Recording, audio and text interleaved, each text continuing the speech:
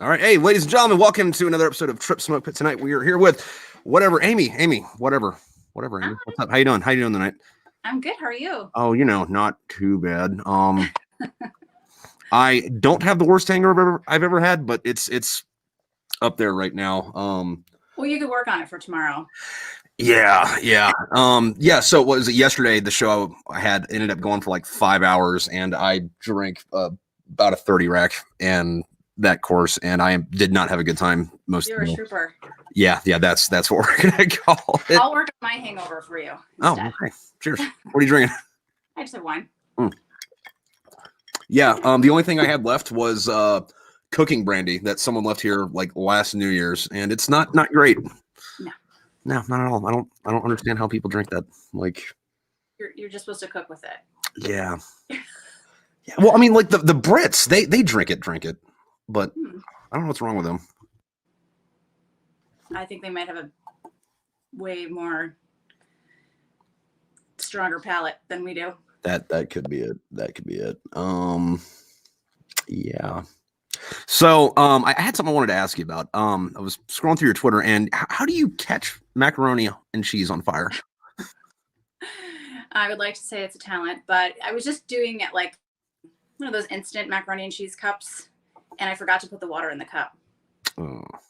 So it completely just burned up, black charred, melted the cup, the whole house completely in smoke, and it still smells today. That's yeah. I mean, when I really screw up, I go all the way. Like full force, like no margin of error. There's no half-assing. Full ass into the burnt mac and cheese. Yes. Things are catching on fire if I'm at it. Well, I mean, I guess there's worse ways to do it. When I was in California, when I was I don't know what the right term for it was, but what I would do is I would take like top ramen and crush it up, and then like put that and like the seasoning packet inside of a water bottle and just like leave it out in the sun for like an hour, and then like it was like, all right, so now that it's in, I got ramen in its soup and I can't get it out and I don't have a bowl, so I'm just gonna drink this. Don't do that. Though. Huh? Very energy efficient, not having to use the microwave. Yeah. Don't do that though. It's terrible, and you'll choke on noodles. I did have a lot of people say that they've done the same thing with ramen noodles. Yeah, but like if you sneeze or whatever, they're only this long and they're gonna come up through your sinuses. It's gonna be a very, very bad time for bad noodles. Oh God. Yeah.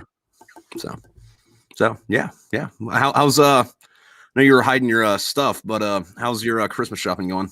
It's good. I'm almost done. I just need like a few little things and some stocking stuffers, and I'm good. Now the main thing is now I have to wrap everything, which is the hardest part.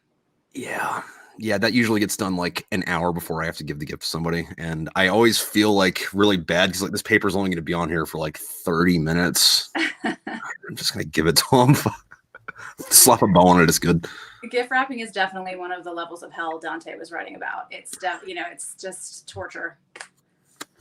But there is a fun way to play with that though. Every once in a while, like if I really want to irritate somebody, I'll wrap a present and then I'll wrap it again, and then I'll wrap it again and again and again, and then put it in a box and wrap that up. So when they open it, it takes like 5 minutes. That's funny. Yeah.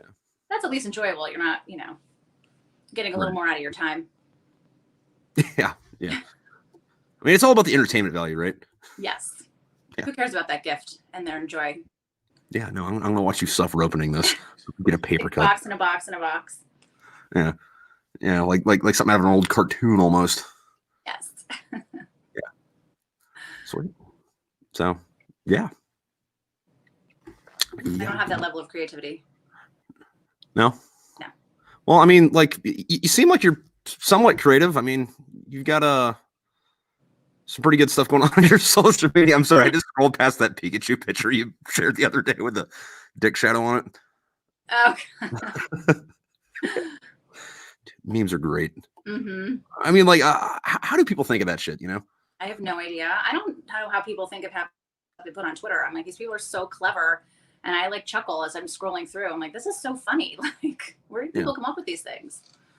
I think a lot of it is somebody like mumbles something and then somebody else thinks they heard a certain thing. It's like, oh, that kind of sounds funny. Let me write that down. And then they'll say it or write it down or post it somewhere. And then someone else will be like, that's funny, but let me tweak it a little bit. And then it kind of grows up and you don't see the medium stuff. And if you do, you're like, yeah, fuck it. And then, 3 weeks later when somebody perfected it, you're like, I was thinking the same thing.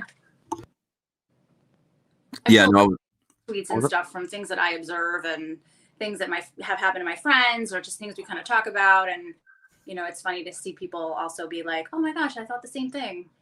Yeah. Although there is stuff like, I had this thought earlier. I don't know if I was on Instagram or Facebook or something, but somebody had one of those like long rants about like, if there's a, just and loving God and he makes people the way they makes them, how's he going to send them to hell to, punish them for, being how God made them? And then I was like, well, I mean, like he made a mistake and he's just burning the evidence. I mean, I don't know. You could argue both sides, I guess, but I don't really see why that would be a topic that people have to spend a rant on. Yeah. Well, I mean, how the internet is, they'll bitch about anything forever. Oh, it's amazing. Yeah. And like, I'm sure you get a lot of it like in your comment section, just like, I know. I'm like, oh God, it's not that serious. Yeah. Yeah. Yeah. Although I do think that kind of stuff's funny too. Cause it's like, oh dude, hey baby, you're so beautiful. What's up? Oh, whatever. It's like, first off, does she read these? And if she does, what goes through your head when you're like reading your comment section? I do try and read all my comments, and some of them I'll respond to.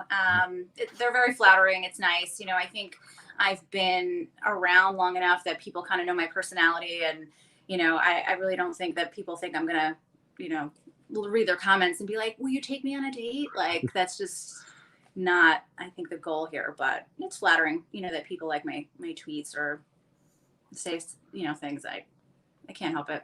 Right. I do wonder, though, like, if that has ever worked for anybody.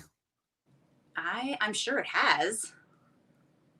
I mean, just like once, like, oh my God, that was so disgusting what you said. But I mean, I can go to Olive Garden right now. Right. I don't know. I feel like I would be more tempted by someone who's funny as opposed to somebody who's just giving, an empty compliment. Yeah. Where did the Indian dudes go? Like from like 5 or 6 years ago? I was thinking that I still get a lot on Instagram. Okay. Get a lot of, foreign, show me your bubs and your vagine, send pic, I love you. We do the sex. I get a lot of that on Instagram. Well, why is it funny though when it's like said in like not correct grammar? Like let us do the sex. It's like, no. I'm like, at least learn the phrase. I mean, like Google Translate's not hard to use. No, you're correct. I don't know. I wonder why a lot of times. Yeah. Although I guess you do have like the one up on that where it's like, hey, show Bob's. I'm like, oh, you can go to this website and do it. I'm like, I have to care for that. Yeah. See, it works out for me. It works out for you. You get to see some boobs. I get like $5. It's a good time. It works out. Yeah. So what got you into that? Since we're on it. Into OnlyFans? Yeah. So, people were always asking me to buy my pics off Twitter, which was kind of funny to me because I really never posted anything, risque, or it was just selfies. I mean, occasionally I would post like a bikini top picture, I was on vacation, and then I would delete it like a couple weeks later. But people would message me all the time and be like, oh, do you have any photos? I'd love to buy some. And after a while, and I was seeing all of these girls that I was friendly with on Twitter that I thought very highly of, smart, witty, beautiful girls, and they're all trying it out. And I'm like, you know what? Maybe I'll give it a shot. Pay off some student loans, see how it goes. What's the worst that could happen? I could completely bomb and humiliate myself. I mean, so I was like, let me try it. Yeah. I mean, worst case scenario, it's like, well, man, it's out there. I put it out there, but right, it's out there forever. The internet does not forgive or forget. No, it does not. Have you thought about like doing your OnlyFans thing, but like also making them memes at the same time? Well, now. All right. Well, when you're in a millionaire from it, be like, hey, that guy. You get some royalties from it. We have it recorded now. Forever. That'd actually be really funny. That would be. I have like a serious, sexy face on, and then I have like reindeer antlers and some stupid meme on the bottom. Yeah, Santa Claus is coming to town, ain't he? Right. we may be onto something here. Could be. I mean, and like, you wouldn't really have to get like too creative with it. Like, you could just like, you know, because the internet's the internet, just like steal memes and be like, instead of whatever picture's there, you know, just use yours and put the text on it. Boom, there you go. This might be the moneymaker. Could be. This might be it. This is our trip to millionairedom. Watch out, Jeff Bezos! I'm coming for that bald head here. Whatever Amy memes take over. So we're using whatever Amy like just as like a handle before that, and then like carried it over. Or okay. Yeah, right. It was my I started my Twitter like I don't know, like 2015 or so. I always was like whatever.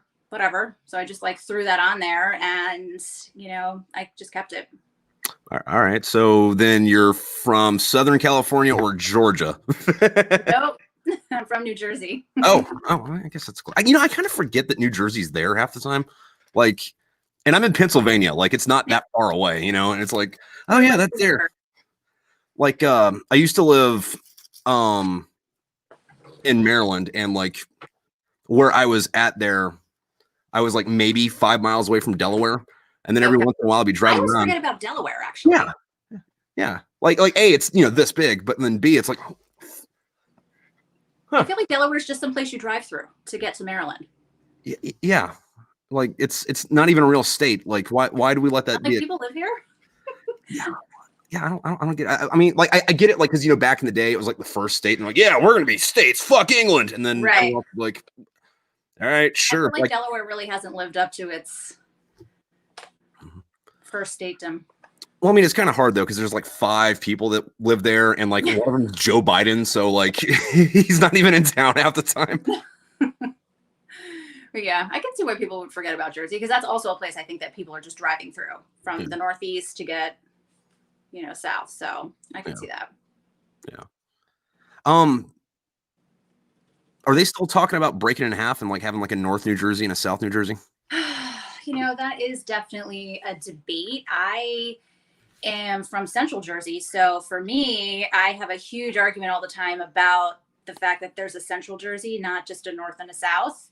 So I don't think we're breaking apart anything anytime soon. It'd be kind of weird though too, because then like I'd have to go like buy a new flag. I know. That's kind of a waste because New Jersey's not even that big. So yeah, I feel like we could focus our energy on something way better.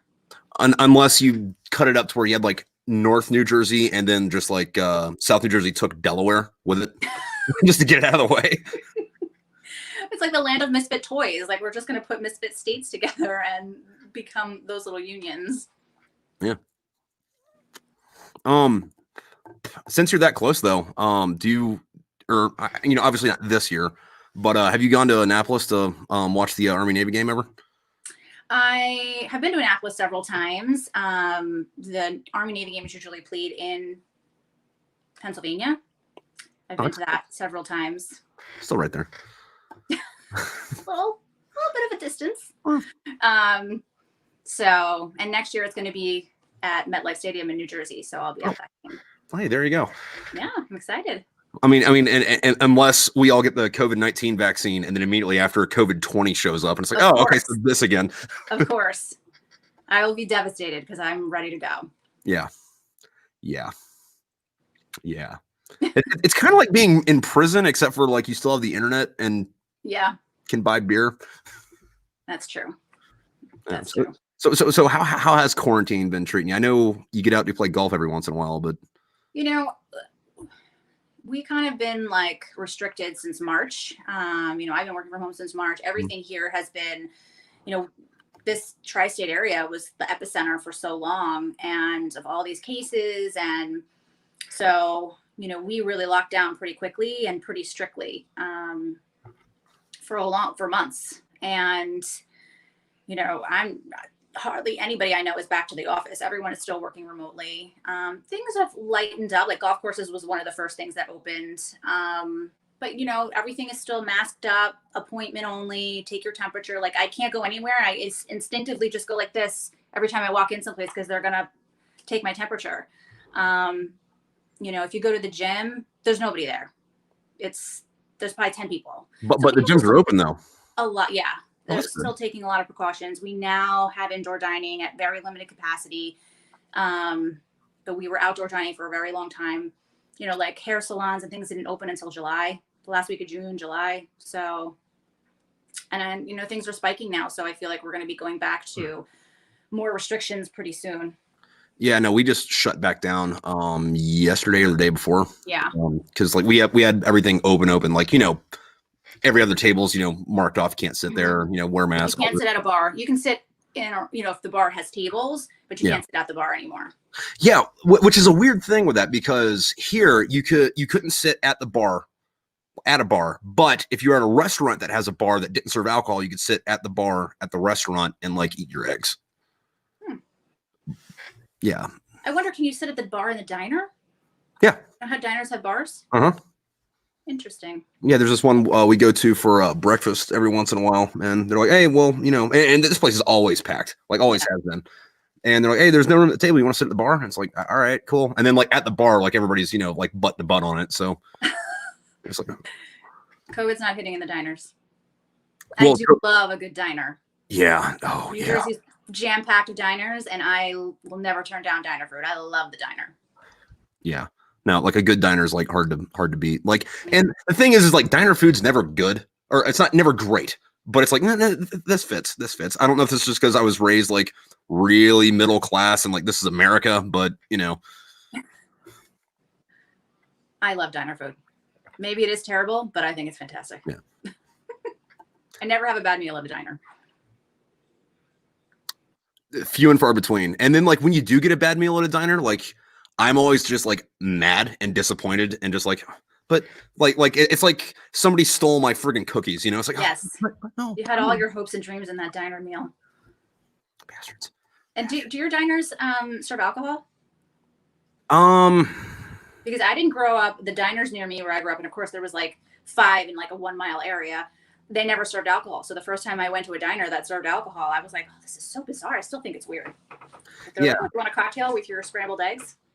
I mean, like I would, but I mean, it's weird. No, my when I was in San Diego, there was this diner I went to like 3 or 4 times a week because it was like right off base. Mm-hmm. And I would always get the same thing. And it got to the point to where I didn't even order. They just like brought me 2 eggs and toast, and, like whatever the side special was. Yeah. I love San Diego. I'll be out there in July. Oh, cool. What are you doing out there? My cousin's stationed out there. So we're going to visit, and I love that area. Is he at the Navy base or at Miramar or Pendleton or? Yes, he is. I don't know what base he's on. Okay. That's pretty bad, but yeah. I mean, there's like 40 of them like right there. So I mean, yeah. Yeah. Dude, I was really upset though, because the Bonham Richard, I don't know if you were keeping up with that, like burnt down in the like it caught fire and like they have to scrap the ship now. Yeah, I know. Yeah, no, but like I was on that ship for a deployment, so I was like, no, no, God, no, stop. Oh, I know, that's a really sad story. My dad always told me, my parents were both in the Navy, and my dad said he's like, the saddest thing he ever saw was a sinking ship, because he was in during Vietnam, and he was like, the saddest thing I ever saw was a sinking ship. I'm like, oh, yeah, that's a sad story. Yeah, and like if you go look at the like the post-assessment photos of it, like on the inside, it's like, dude, this is like a horror movie, like because like all the metal's like melted and it looks like the inside of a demolished building, but it's like I know. It had an explosion, right? Yeah. Yikes. Yeah, but it's like it's a little bit different when it's like I know exactly where that is. That happened right there. Oh, god damn, this fucking sucks. Jesus. Yeah, that's sad. I'm sorry to hear that. But you know. Oh well, there'll be another one. That wasn't the first Bonham Richard. It won't be the last. No. What we've been naming ships that since the Revolution, I think. So the Navy likes a good repeat. Yeah. It's rare when there's like a new ship name. Yeah, I think my dad, he was on the Northampton, and there were like 5 Northamptons. Mm-hmm. And like, there's enough of them at some point to where like you can almost like find one that has like your name on it. Yeah. Like there was like a patrol cruiser boat or whatever, like a little bit smaller than like a destroyer, but like bigger than like a PT boat. I was like, hey, that's the Ainsworth. What's up? I wonder where that's at now. Oh, they bombed it. There's a new one. All right, yeah. It should be like 2.0, 3.0. Yeah. They don't keep the lineage on them though. Sometimes they do, sometimes they don't. Like I know they used to do this. I don't think they do it a lot anymore, but like shit, what was it? There was one ship where it was named after another ship that came before it, and they took the what do you call the steering wheel? The wheel? Yeah, they took the wheel off the old boat and had that like on the entrance ramp. So they had this like one room that was like a little museum of the old that's ship nice. when you came into it. That's nice. You could pay homage to predecessor. That's nice. I like that. Yeah, no, but then what is it in San Diego, like outside of the base, they have that other like little harbor there, and they have like that decommissioned aircraft carrier and a couple submarines you can go walk around. Those are really neat. Yeah, they have that in New York too. You can go to the Intrepid Museum, and there's like the space shuttle on it, and there's a lot of cool stuff you can walk around. And the USS New Jersey is docked over in South Jersey, right? Like whatever river separates us and Pennsylvania, it's docked there, and you can go. It's a museum. Nice. I have not been to either. I'd only been to like New York once, and then like when I went to my buddy's apartment in Brooklyn, and then like was there for like 6 hours and then left. So it's like I've technically been to New York. No, those are definitely. If you ever go, there's a lot of cool stuff on the Intrepid. Like they have it like all open, like below deck, walk around in. Yeah, you can go on the flight deck. You can take a tour through. There's aircraft on the flight deck that you can tour. So like the space shuttle's there, the Concorde is there. It's cool stuff. Nice. Spaceships are huge, by the way. Like you look at pictures and you're like, okay, that thing's like maybe the size of a school bus, maybe. Yeah. You think it's so big, and then you see an airplane carrying it home, and you're like, oh, that's not that big.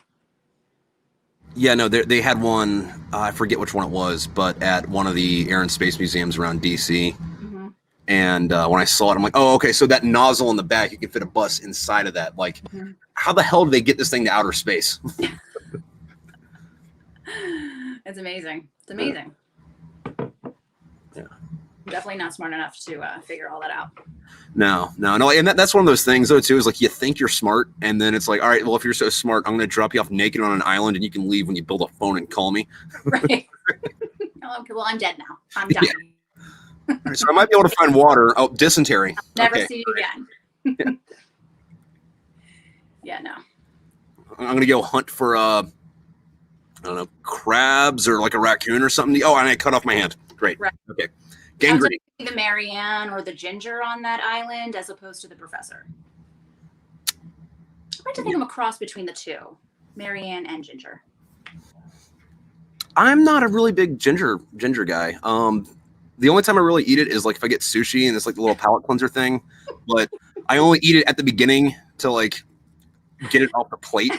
Because like I feel bad about throwing food away, but I also don't like it. So it's like, all right, let me eat it first and I can reward myself with the actual. I don't eat sushi at all, actually. No? I wish I did, because I know it's not bad for you at all. So, but I'm just can't do it. The raw fish freak out? The texture and I don't know. Oh. Just can't. I've tried. What about like wasabi though? Like, can you get in on that or? I mean, I really don't have a need if I'm not eating sushi. I guess that's fair enough. What else would I put it on? A hot dog? I mean, you could. I mean, some people put mayonnaise on hot dogs. Oh God. Yeah. I mean. No. I had this buddy though, and he was Mormon and like really sheltered. And when he went to go do his like mission thing to like preach to the heathens, He spent like 2 years down in Mexico, and we took him to the sushi place because he never had sushi before. And he's like, "Oh, hey, what's this green stuff?" He's like, "Oh, that's Japanese guacamole." So he grabs it and just like downs the whole thing, and then like you just see his eyes go, "Oh, I made a mistake." You're like, "Whoops." Oops. Just like a little hazing. That's Maybe all right. Everybody needs that in their life. I think I first started. There was one place I worked, and everyone had to take like a dip on your tongue of this like super duper hot sauce, and you didn't want to be the one person that didn't do it on the team. So like, of course, I'm like, okay. It was like eating lava. It was the hottest thing, and I had literally like the tiniest drop, and my eyes were. I was horrible. I didn't recover for like hours. Ooh. It was horrible. I mean, at that point, it's like, all right, everybody line up. I got some pepper spray. Right. It's gonna make things easier for you. That would have been better. This stuff was it was so hot and hard. I had PTSD from it. It was like terrible. So you're not into hot foods then? Got it. I don't mind a little spice, but that was really terrible. There was this stuff called flashbang, and it was this super hot sauce like that. Like you're supposed to put like a drop of it into like a crock pot of chili, and it would make that whole thing super hot. Oh my gosh, I'm not really into hot sauce. I don't put it on my eggs. I'm not really a hot sauce person. Yeah, no, but this thing, like the bottle looked like a grenade, and you had to like pull the pin out and like flip the spoon off to like do it, and it was like a pain in the ass to get the ring back in the thing. But I knew this dude that would like put it on pork rinds and just like eat them soaked. I'm like, what the hell is wrong with you, man? That's dedication. Yeah, I guess. Like, hot sauce. I worked with someone that she was like obsessed with hot sauce. She put it on every single thing she could. If she could put it in her water, she probably would.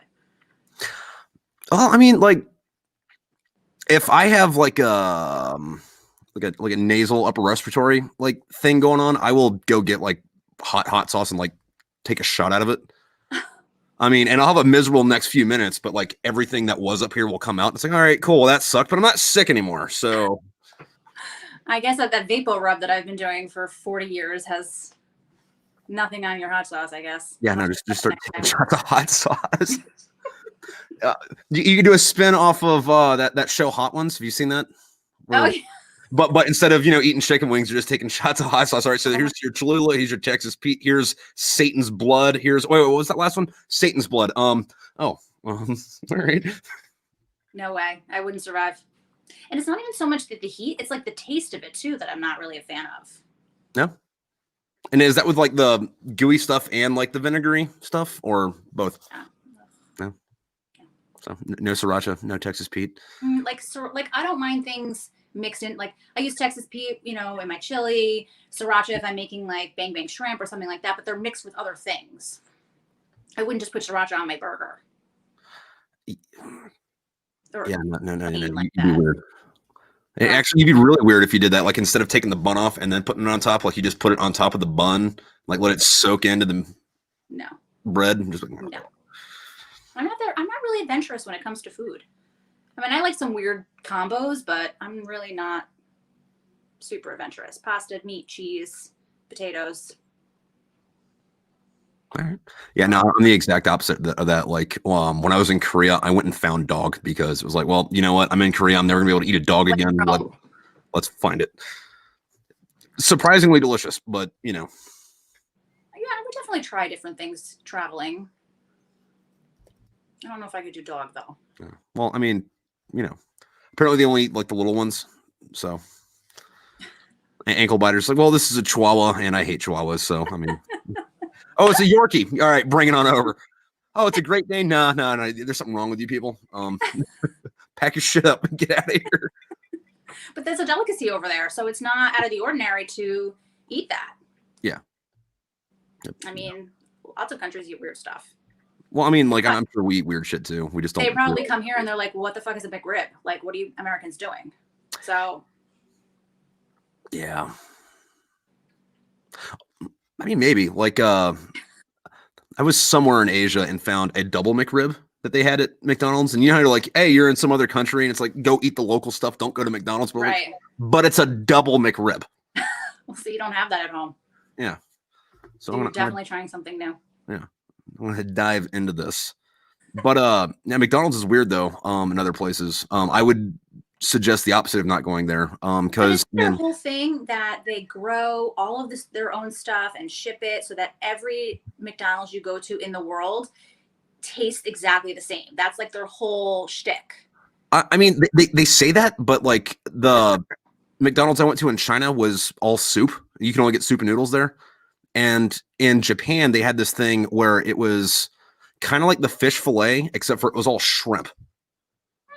And you also like walked in, talked to the hostess. They sat you and you ordered from a menu Like while you're sitting down, and they, brought back your McDonald's Coke and your shrimp fillet or whatever the hell it was. It's weird. Interesting. Yeah. That's a little disappointing, actually. I was really hoping that it would be true. I mean, like, I'm sure, like, if you go to Europe, it's probably the same stuff because we have a better chance. Yeah. I mean, we got about the same palate as them. I can't remember the last time I ate McDonald's anyway, but now I want a 2-cheeseburger meal. Give me some fries and chicken nuggets, barbecue sauce. Give me the milkshake. Dude, no, dude, those chicken nuggets. So, when I got married,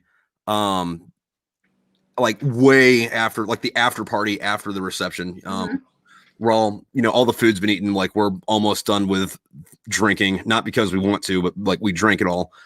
And one of my buddies like, dude, I'm hungry. I'm gonna get some food. I'm like, did you not just eat all that? And he's like, that was like 6 hours ago. I'm gonna go get some food. You need drunk food now. Yeah. So he leaves. He comes back half an hour later with 500 chicken McNuggets. It would probably only cost him $16. Yeah, but it was like, dude, this is such a bro move. All right, man. Yes, that's amazing. We planned a party for after the reception too, and we made sure it was like burgers, wings, chicken fingers, like all greasy, shitty stuff, so that everyone was already drunk. They could eat it. Yeah, because like you don't want good food when you're fucking drunk. You want something gross and greasy. Yeah, give me that. Give me that shit. Fucking cut a horse up, slather it in barbecue sauce, and deep fry it. Bring it over, man. Yeah, when you're drunk, it's all good. Yeah. Although I don't know if you ever tried. I don't know if you have ever tried to eat a salad drunk. Don't. It's a bad time. You will hate yourself. I would never in a million years order a salad if I was drunk. That's probably the last thing I would ever order. No. That's a definite guarantee. Yeah. And then especially if it's got like the little tomatoes in it, which normally you like, but your palate's a little bit different and you want chicken, but you got that instead. And then they like your audio is cutting out on me. It is. It's getting all choppy. Oh, that's not good. How about now? Yay, nay, maybe. Nope. A little bit. So is it out or can't hear a thing? I can hear you, but it's like choppy. Oh, that sucks. Hold on. I seem to have bad luck with podcasts lately. Yeah. What other ones have you been on? Well, I was on. Did you ask me what ones I've been on? Yeah. I was on one with Chrissy Mayer. That was super fun. And then I was supposed to be on with Blame Your Brother, but then they had like a falling out with each other, and then I got booted. That's unfortunate. And now you're chopping up. So. Oh, goddamn. Hold on. Let me try something real quick. I'll drink my wine while you're working on that. Say what? I'll drink my wine while you're working on that. Okay. Default blue. How about? That's not a real thing. How about that? Is that better? Nope. How about? Is that better? Maybe. Nope. No. Well, that's disappointing. Now I feel bad. Like I'm already hungover and like not my hyped up self normally. So now the audio's shitting out. Great. Okay. In the comment section, they're saying we're both clear on their end. So I have not understood one word you said. Nothing. Zero. Zilch. We're gonna have to go to like the whiteboard.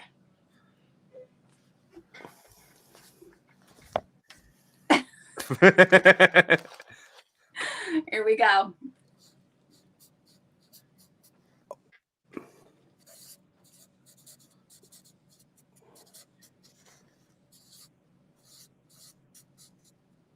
The comment section says...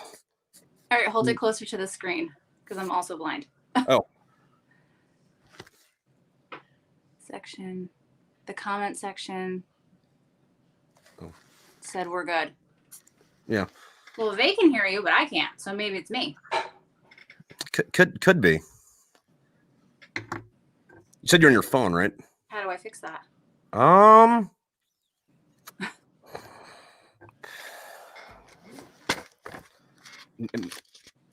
Is it still shitty bang bang? Yeah. Do I go out and come back? Oh yeah. Do I reset? Oh, it could. Yeah. All right. All right. Signing off for 1 second. We'll see if that makes it better.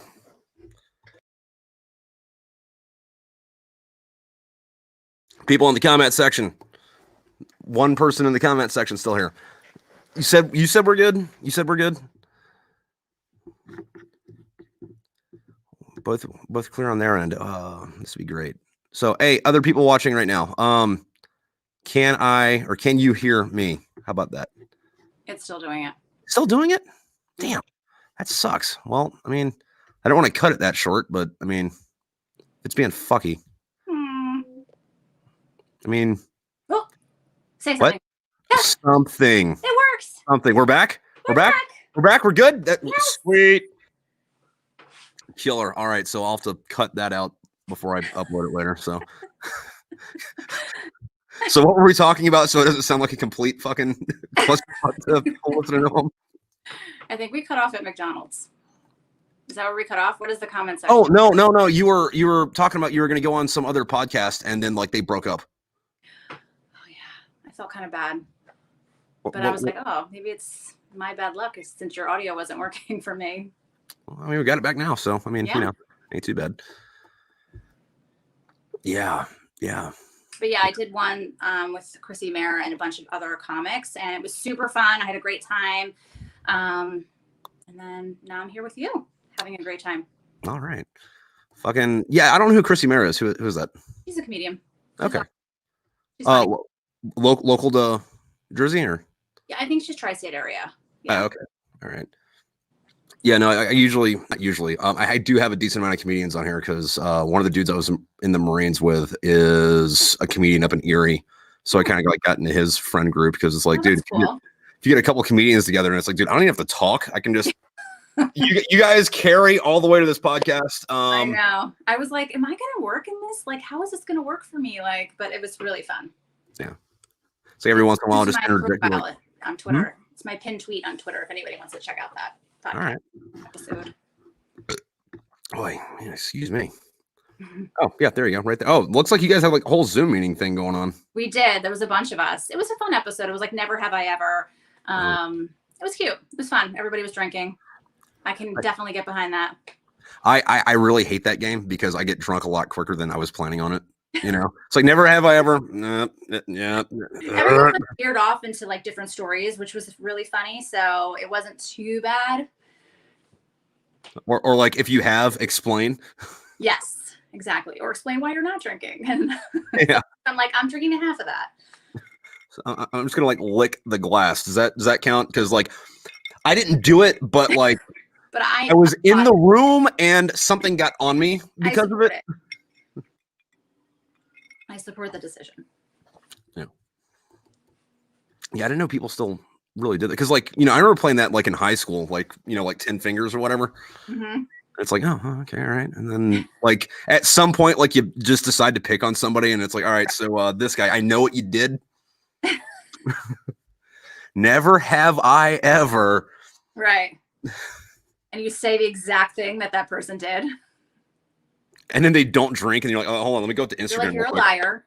Yeah, look, there's video proof. Like, you put this shit on the internet Here to you go, drink your glass.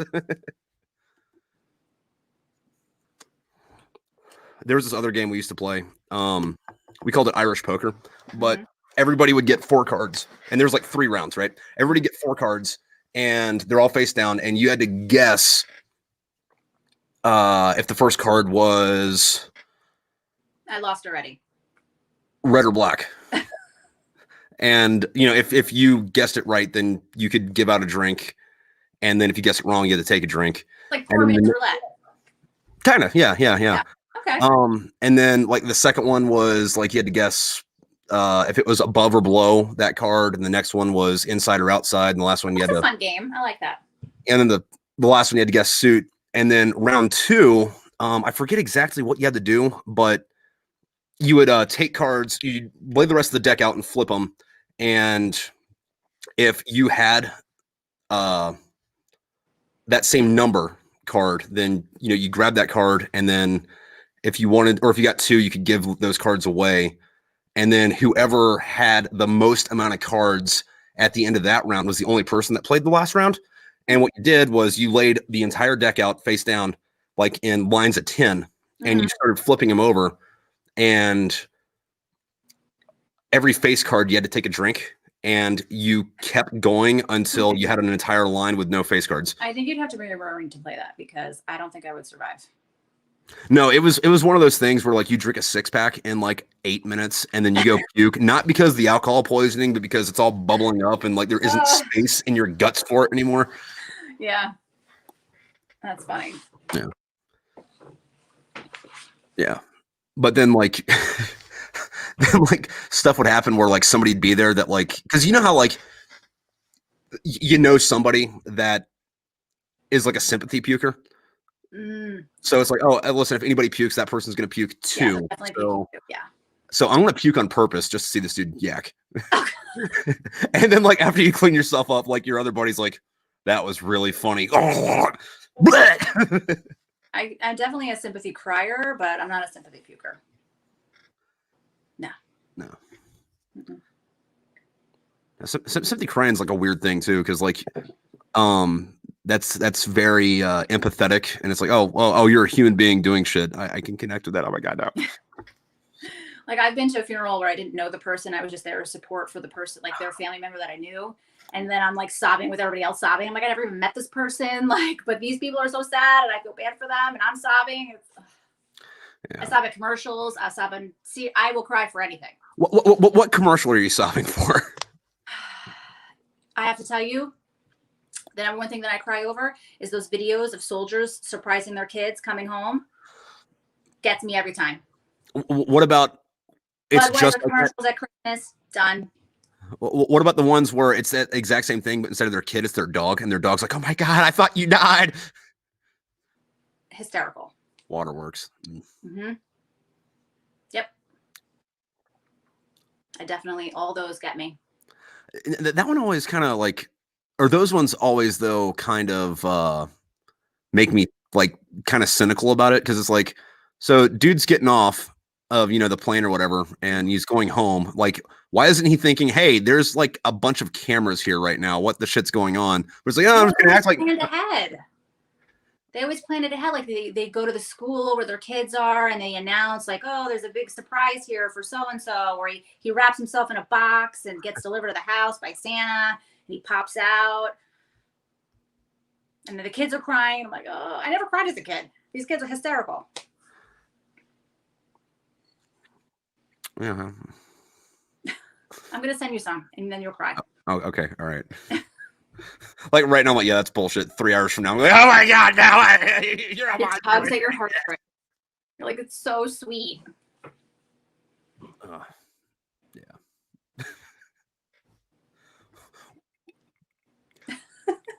What if it's that time of year, and they go to get this huge box, and instead of their dad being in it, they open it, it's a smaller box. And then they open that box, and it's a smaller box, and it goes down all the way to where it's like a McRib. I don't think they would have thought it was their dad. I mean, if you start with a really big box, and you hint at it. That's like so mean. Yeah. You're gonna put your face in there, because that seems to be like your thing. You're gonna send box into box into box, and it'll be your face. Yeah. Although, like, they did do those things for a while. I don't know if they're doing it anymore, but like they would make like kind of like a plush doll for whoever was gone, and like give that to the kids, which I always kind of thought was creepy. But they can make a doll out of anything now. Yeah, no, but I think dolls are creepy. Like the whole I don't know, with a plush doll of your dad. Yeah, no, I mean, like there's just something weird. Like I think dolls are creepy anyway. So like another one was like, dude, I know that person. I don't think dolls are creepy, but I see how people like. I find clowns scary or anything like that, but I understand how people would. But I don't know. Yeah, you know, I guess if you're little and it's something you find comforting. Yeah. I don't think I would want to look exactly like my dad, but Or it's like one of those like porcelain china dolls that just looks like him enough, but it's still got like the big dead eyes. or like the blinking eyelash eyes. Yeah. And then like it doesn't have batteries, but it talks anyway, and it's speaking Latin for some reason. No, it's like a haunted doll. Like runs around at night. It's like, that's not where I put you, buddy. Like Poltergeist, where they're like going from different parts of the room. Yeah. Yeah, no, I used to have this like old TV that would turn on by itself, and like my dad took it apart and tried to put it back together and fix it, but there was like some weird part that like that's like Poltergeist too. They had the TV thing. Yeah, but like that part that was broke, like they stopped making that part, so we couldn't buy another one. And this is before you would just like buy a new TV, because like the big tube fuckers that are like. Oh yeah, I had one of those for a while. Yeah, I kind of want to get one again. TV. Yeah, I'm like it works. Yeah, like I want to get like one of the big ones that's like its own like hutch or cabinet or whatever, and then like hook it up to my computer and use that as my monitor. Well, the problem is I think I had to get a new one because it wouldn't work with the cable box anymore. They switched from like analog to something else, and I had to like break down and get a new TV. I'm like, I would have used that one forever if it still worked. Yeah, I'm sure like that there's like with most other older technologies like that. I'm sure there's a like a hobby community for it. I'm sure there's, because now you can play the old Atari and the old Nintendos and all that stuff. So I'm sure you can figure out TV with your cable. Yeah. Although the old you remember like Duck Hunt with the orange gun and you had to like shoot the ducks? My favorite game next to Frogger. Yes. Those don't work on new TVs. I believe it. Like it had something to do with like when you click the trigger, it would like flash like one scene or whatever. But the frame rate on TVs now isn't the same as it used to be. Mm-hmm. So like you're just trying to play the game and the dog's just making fun of you. Yeah. I love that game and Frogger, my two favorites. I don't think I've played Frogger much. I don't know. Are you as old as me? How old are you? I mean, maybe I'm like early 30s. Oh my god. Oh, my the baby here. I'm 43. Oh, well, that's. You probably didn't even have Atari. You probably didn't even know what it was. I had an Atari. No, I didn't have an Atari. The neighbor had an Atari. And your neighbor's probably old like me.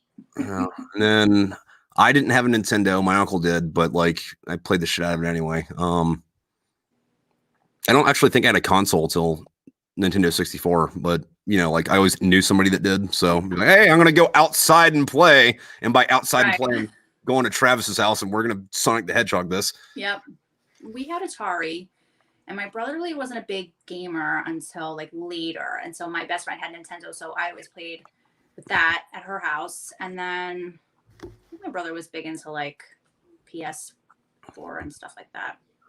Have you seen the things they're bringing back now? Where like I think Frogger is one of them, but like that or Space Invaders or like Galaga. Yeah, and they like bringing all them back.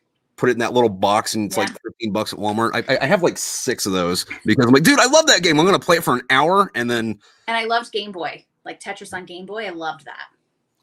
That was my jam. Yeah. Little known fact: did you know you could beat Tetris? I sure tried. Yeah, no, if you beat that Tetris at the end of it, like it would show like one of the space shuttles, taking off into outer space. I think I heard that.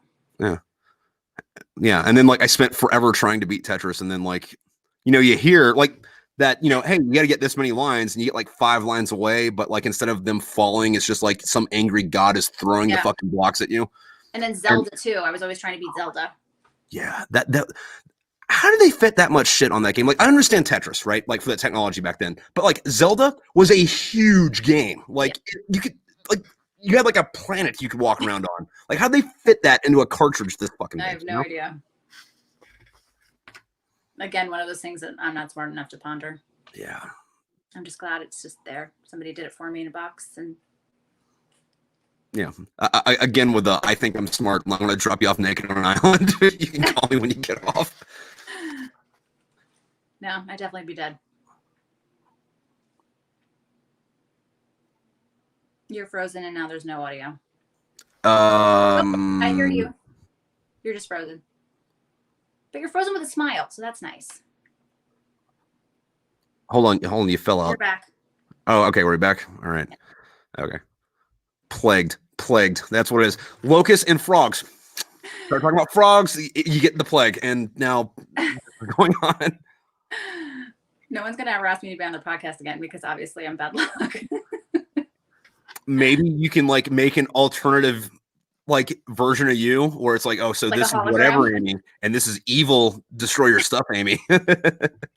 Just add this to our money-making schemes that we're going to be doing with the memes. Yes. Like when Hulk Hogan turned evil in wrestling. Oh, dude, that was a minute ago. Was he Hollywood Hulk Hogan when he went bad, or was that when he like came back? That was when he was in NWO, right? Well, it was NWO. That's when he was evil. Yeah. I don't think he was Hollywood Hogan. I think he's always kind of in Hollywood. Yeah. Remember when he tried to make movies for like 5 years? I tried to block it out. Like Suburban Commando. It's like, dude, what are you doing, man? But of course, everybody watched it because everyone loved Hulk Hogan. Yeah. Like if an Iron Sheik made a movie, I'd be all over that. Yeah. Everyone loved The Princess Bride with Andre the Giant. They did. Yeah. And, you know, like a lot of people now don't even know that he was a wrestler before that.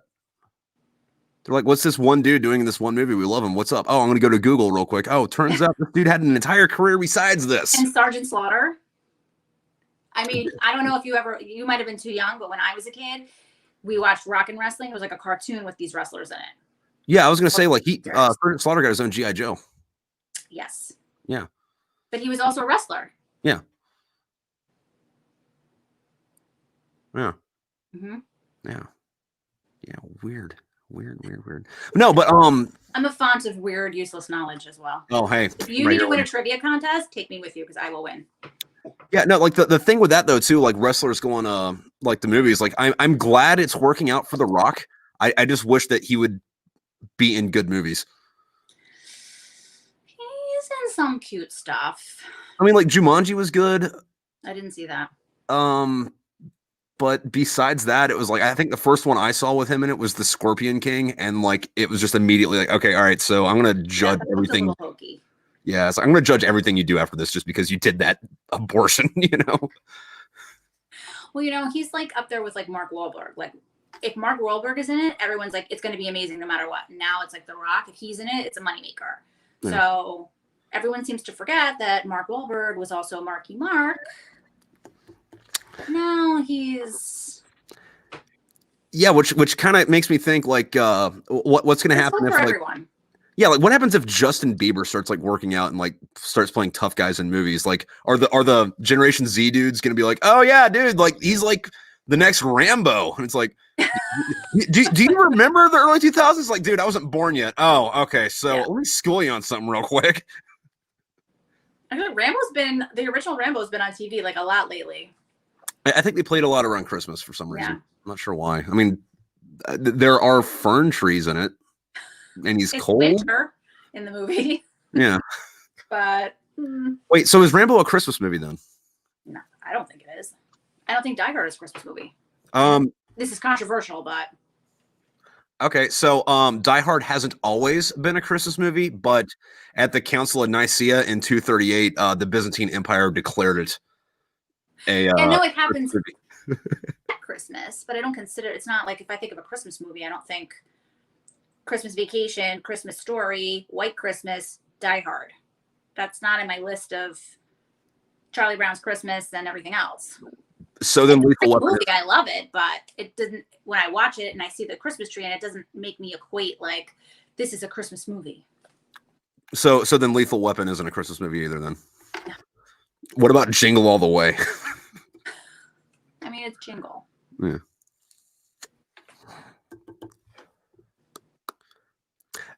Fun fact about Die Hard, though. That was technically a sequel to a book. Oh, I forget what the first movie is called, but Frank Sinatra played like a detective in it, and yeah, I forget what it's called though. If I find it again, I'll send it to you. But Frank Sinatra grew up in Hoboken with my grandpa. really now, Yep. Nice. But sorry. Anyway, Frank Sinatra plays this detective in a movie, and then like that movie did really well. So the guy that wrote the book the movie was based off of wrote another book that they based the Die Hard script off of. But by the time they got to the point where they were going to make it, they didn't want the first part. That and like Frank Sinatra was like 80, and they're like, and he's like, I'm not playing this dude jumping out of a building that's blowing up. I'm too old for that shit. And then I'm sure when he said that, somebody else is writing Lethal Weapon. I'm too old for that shit. Okay. Right. So that's so funny. Yeah. Interesting. They started it like Star Wars, like Star Wars started, it was like already up book 4. Mm-hmm. They could go back and do the prequel for Die Hard. Yeah. Except for don't change any of the actors, like only replace the ones that like aren't around anymore, but like get Bruce Willis and unapologetically just pretend he's 23 for the whole thing. I mean, he looks pretty good for his age. He does. He has aged well. What was the other one? I mean, he was in Moonlighting. I mean, he's been around forever. And yeah. Like he looks pretty freaking good. What was that movie where he played a superhero, but like he didn't know he's a superhero? Is that the one with the train? Yeah. He's the only one to survive the train. Yeah. It was like Unbreakable or something like that. Yeah, something like that. That was a good movie. And then like the thing that they did with that though, like he looked very stoic in it. I guess the word I'm going to use. He kind of looks stoic in a lot of movies, just his facial structure. Yeah. I do love The Fifth Element though, even though it's kind of cheesy. Well, I mean, cheesy movies are the best. Like I love like a shitty B movie. Like yes, I will watch them all day long. I do like The Fifth Element. Yeah. Although that blue chick always reminded me of Val Kilmer for some reason. Like in the face. I thought she looked like Val Kilmer. What was her name? Mila something? Oh no, not her. The blue singing. Oh, the one with the singer, the opera singer. Yeah. Yeah. Interesting. Check that out. Have you ever seen the Jackal? No. Bruce Willis movie. I think it was early 90s ish, but he played this international terrorist who was trying to kill either the president or the vice president or the first lady or something. And then Richard Gere had to go stop him. But like Bruce Willis plays Richard Gere. Yeah, Richard Gere. Richard Gere had to go stop him. But Bruce Richard Willis Gere also stops Bruce Willis. Yeah. Okay. And Bruce Willis has this like huge like machine gun that he has to like carry around in a van because it's so big. Okay. But he played a really, really good bad guy in that. Oh. Like almost like if the bad guy from Silence of the Lambs wasn't a weirdo type good bad guy. That. Yeah, but it kind of disappointed me because like Bruce Willis doesn't play the bad guy a lot. So it's like, dude, no, go be the bad guy. You'd be great at it, man. He always is like the hero. Yeah. My uncle looks like Bruce Willis. Looks like him? Like spitting image. Like hair situation and everything? Oh yeah. Yeah. All right. Just like him. I think that Mickey Rourke used to look like Bruce Willis a lot, like back in the 80s. Yes. Agreed. Like I just rewatched a couple months ago Harley Davidson and the Marlboro Man, and I hadn't seen that since I was a kid. Yeah, I haven't seen that in a long time. In my mind, I thought that Mickey Rourke's character was Bruce Willis, and then I was watching it. I'm like, that's not Bruce Willis. Why did I think this was Bruce Willis? It's Mickey Rourke. Yeah, I can definitely see that. So, which that was a fun movie. Yeah, I haven't seen that in forever. Wow. Another fun one that I watched about the same time again was Top Gun. But I watched it with one of my buddies, and my favorite movie in the whole world is Top Gun. It's number 2 or 3 for me. But yeah, no, it's up there. I do this thing every once in a while where I just like watch the clips from it. But then like I have like one too many beers. Like, dude, I know it's 3 o'clock in the morning, but I'm gonna have to like watch Top Gun now. Okay, right, cool. I can recite like I'm really annoying to watch it with because I will sit there and like recite everything as they go along. It's like my number one. I have like 10 movies that are like my main go-tos, but Top Gun is definitely love that movie. Nice. Well, actually, your top 10, give me those here in a minute. But one of the last times I watched Top Gun, I had one of my buddies watching it, and he'd never seen it before. And then, like, when Goose dies, like, my buddy Jude's like, wait Goose? I know. They killed Goose? And then, like, he almost started crying. I'm like, oh. I still cry. I've seen it 1,000 times, and I'm still like, ooh. And I can't wait for the second one to come out. I'm like so excited and so disappointed that it was postponed, but it looks great in the trailer. I'm glad it got postponed just because they're doing that thing now where they're sending movies straight to like whatever streaming service, and I want to see that son of a bitch in the fucking theater. Like sound and everything. I can't wait. I'm like, I have my Top Gun hat. I'm ready. I'm ready to go. Yeah, wait until the theaters are open and people are going back in them. Otherwise, I'm getting like the best sound bar ever. I'm going to take out a second mortgage on my house just so I can build a freaking I want my neighbors to think they're at the movies. But I'm so excited. I've never been so excited for a movie to come out as I am for Top Gun 2. Yeah. Yeah. And like, part of me is kind of like about it because normally when they remake movies that long ago or from that long ago, the sequel sucks. However, the way they pitched it, I feel like it's going to be it's going to be good for people that are fans of that movie. If you've never really seen that movie, you're going to be like, okay. Well, I mean, like my counter argument to that though was like Tom Cruise doesn't do bad movies. That's true. So it's like, all right, so even if it's not a good movie, it's only going to be not a good movie for Tom Cruise. And say what you want about Tom Cruise, his work is fucking great. True. So it's true, but I'm super excited for that. Yes. So what are your other top 10 then? So Gone with the Wind, also one of my favorite books. All the gangster movies, Godfather, Goodfellas, A Few Good Men. What else? Catch-22. I love the book and the movie. Animal House. I haven't seen Animal House in a hot minute. That's a good one. My favorite part of that was when it was doing the that thing at the end where it like freeze framed and said what was happening to him. I got killed by his own troops in Vietnam. Yes. He's a dickhead. Yep. Yeah. What about you? What are your tops? So my top one would definitely be Last Action Hero. That's a good one. Then My Blue Heaven. Oh, Steve Martin. And then Top Gun. And the only reason I'm putting My Blue Heaven above Top Gun was because me and my dad watched that so many times on VHS that the tape broke and we had to like tape it back together, and we'd watch the movie again, but it would be all like warped and terrible to watch. We're like, we can't find the VHS anywhere else. We're just gonna keep watching this one. Right.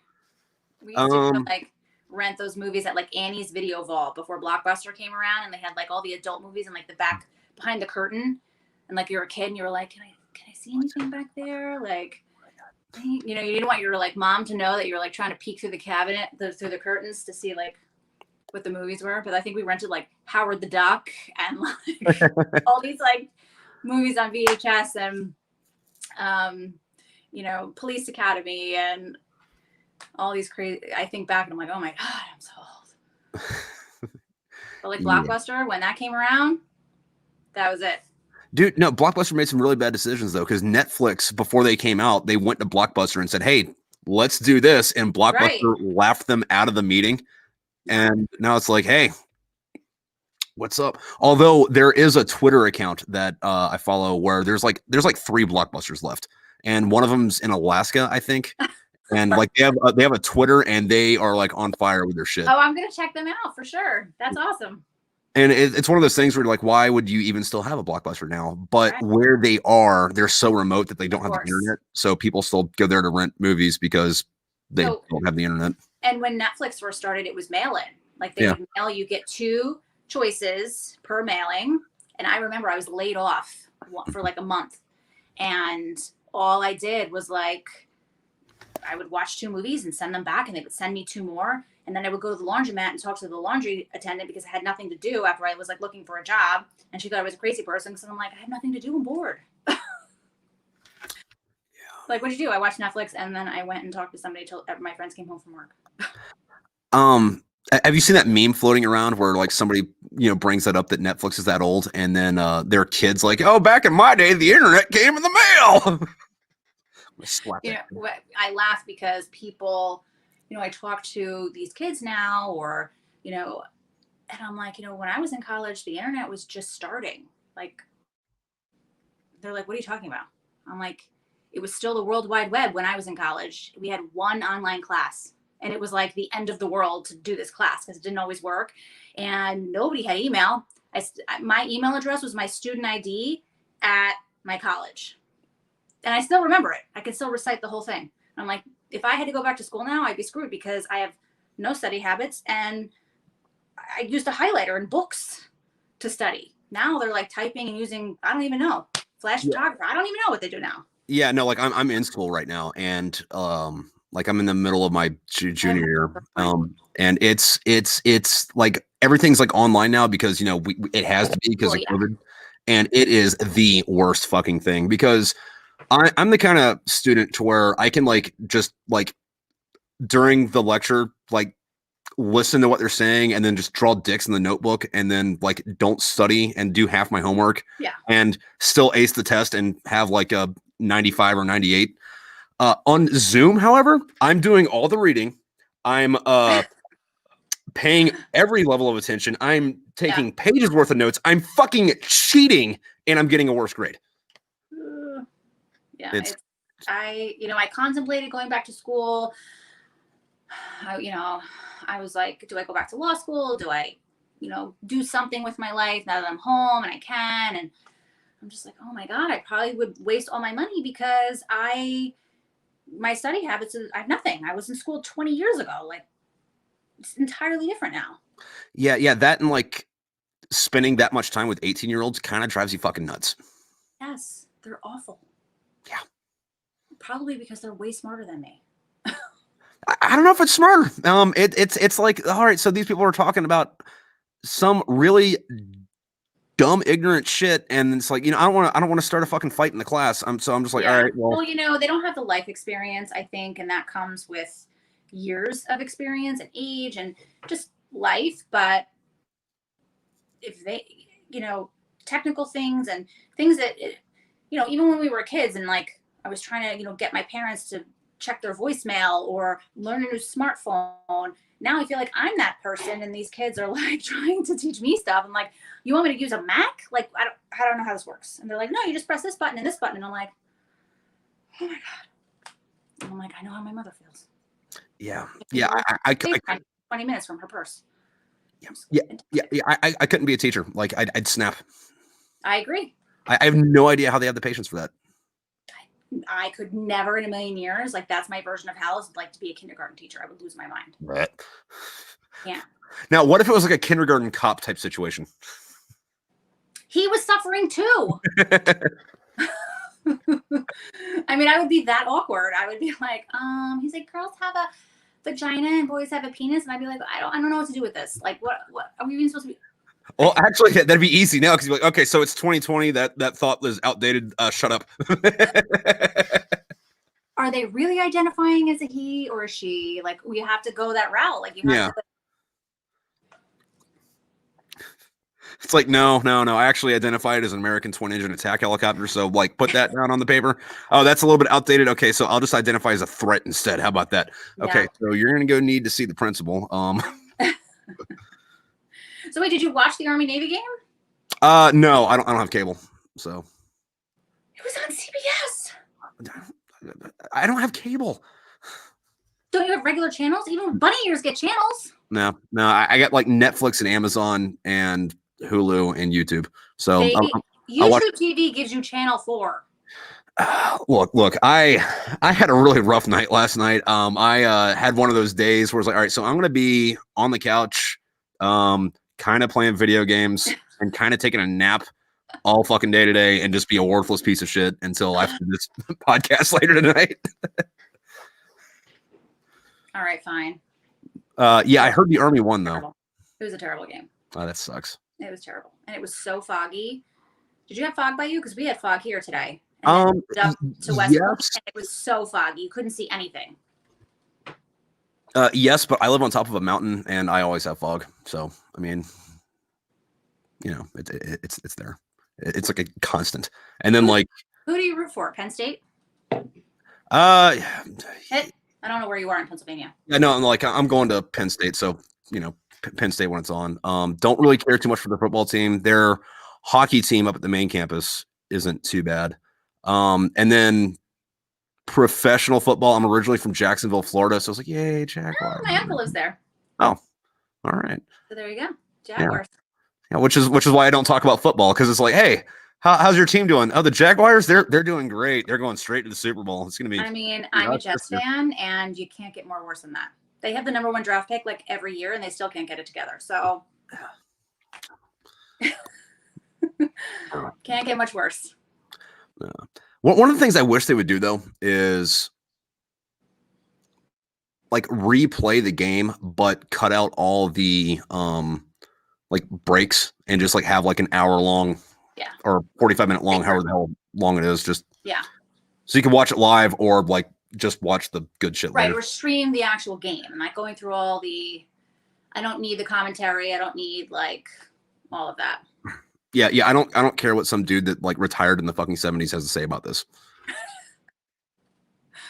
Sorry if that makes me a dick. Like, just put me in the 4th quarter and I can figure it out.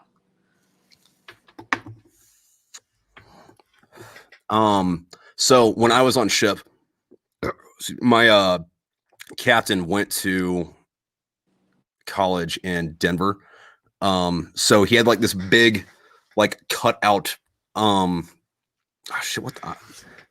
not Peyton Manning. for Denver. I'm having a huge brain fart right now. Yeah, Broncos, early 2000s guy. Oh,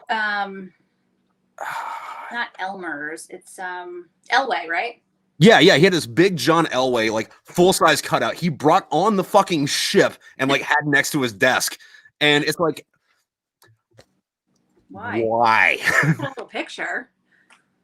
Yeah, no, big cutout, like, you know, with the like flap in the back and stands up and everything. And like he'd taken it to like 2 ship deployments before that. Like that thing had been to Iraq. Well, maybe it was his good luck charm. I mean, little comfort of home.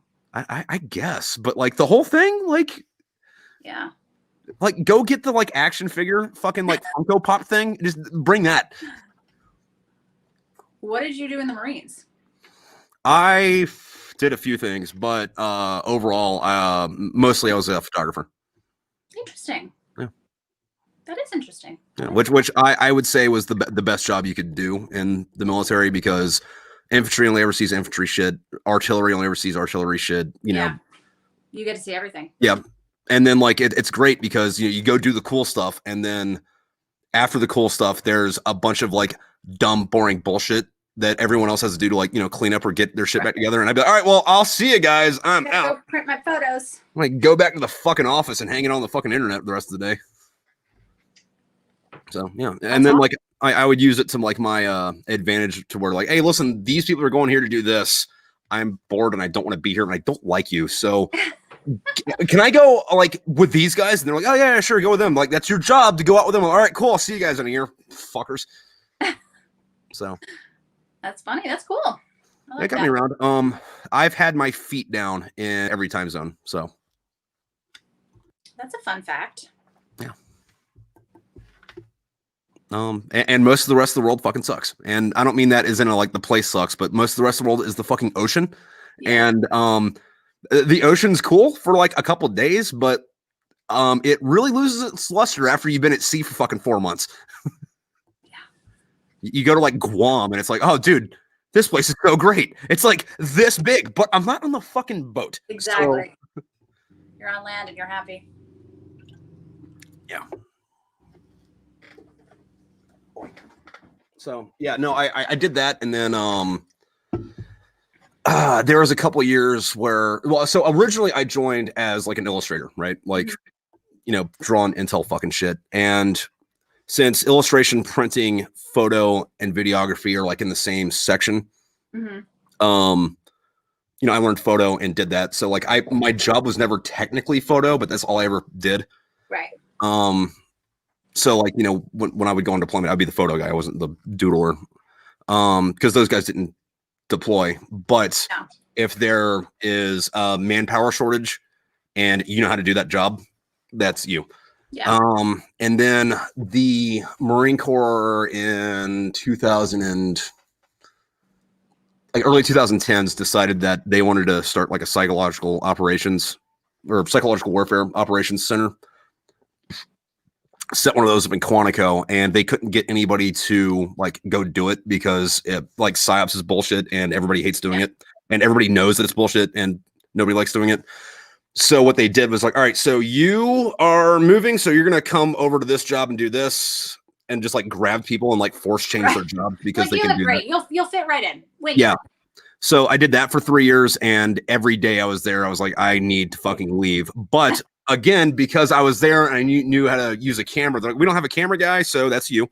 So I used that to get out of there. Like, so, you know, I was stationed there, but it was like, hey, we got this thing going on in Japan. You're gonna be gone for like 7 months. We need somebody to fill this slot. I'm like, it gets me out of Quantico. Fucking get me the fuck out of here. So did that with that, and then as soon as I came back, I made like a lateral move back into my old job so I can get out.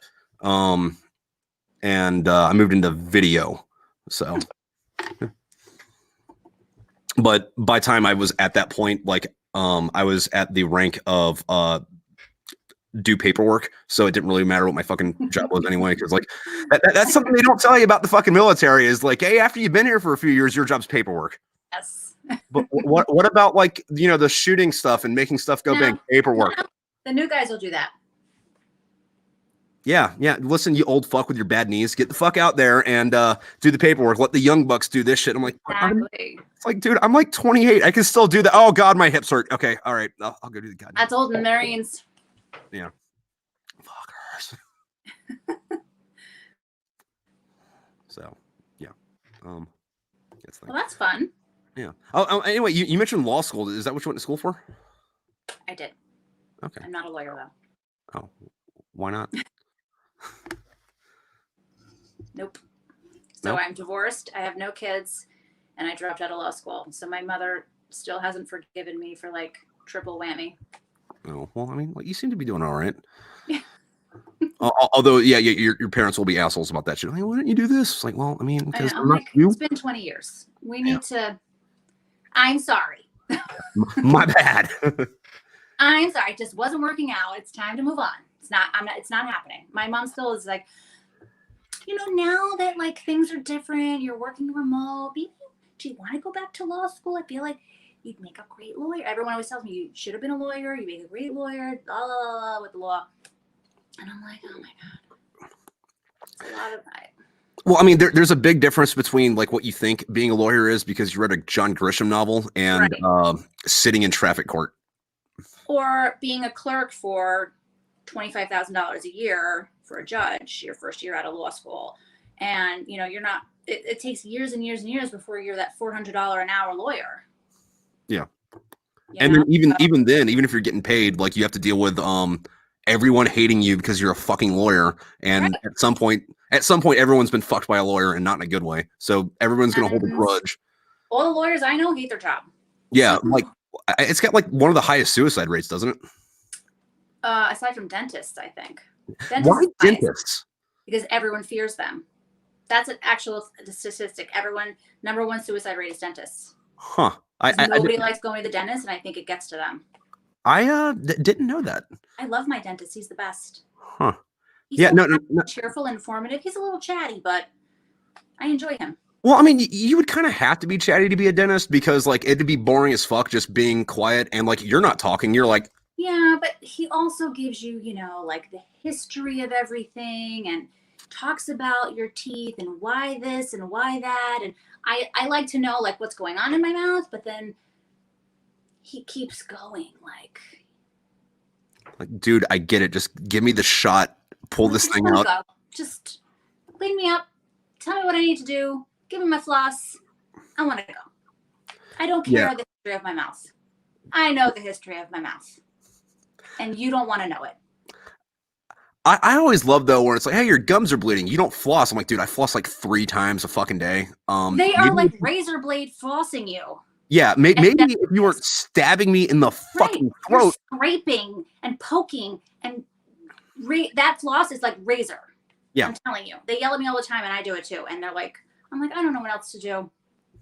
I don't know. I'm going to bleed. I'm sorry. Just my bad. Yeah. Although, like, I'm not fond of the dentist because, like, I don't have, like, a dentist. Like, you know, because, like, when I was in, you know, I had naval dental, which is great. Yeah. And by great, I mean, I got all 4 of my wisdom teeth taken out at once, and I didn't know that was happening until I was already in the chair. Not a good time.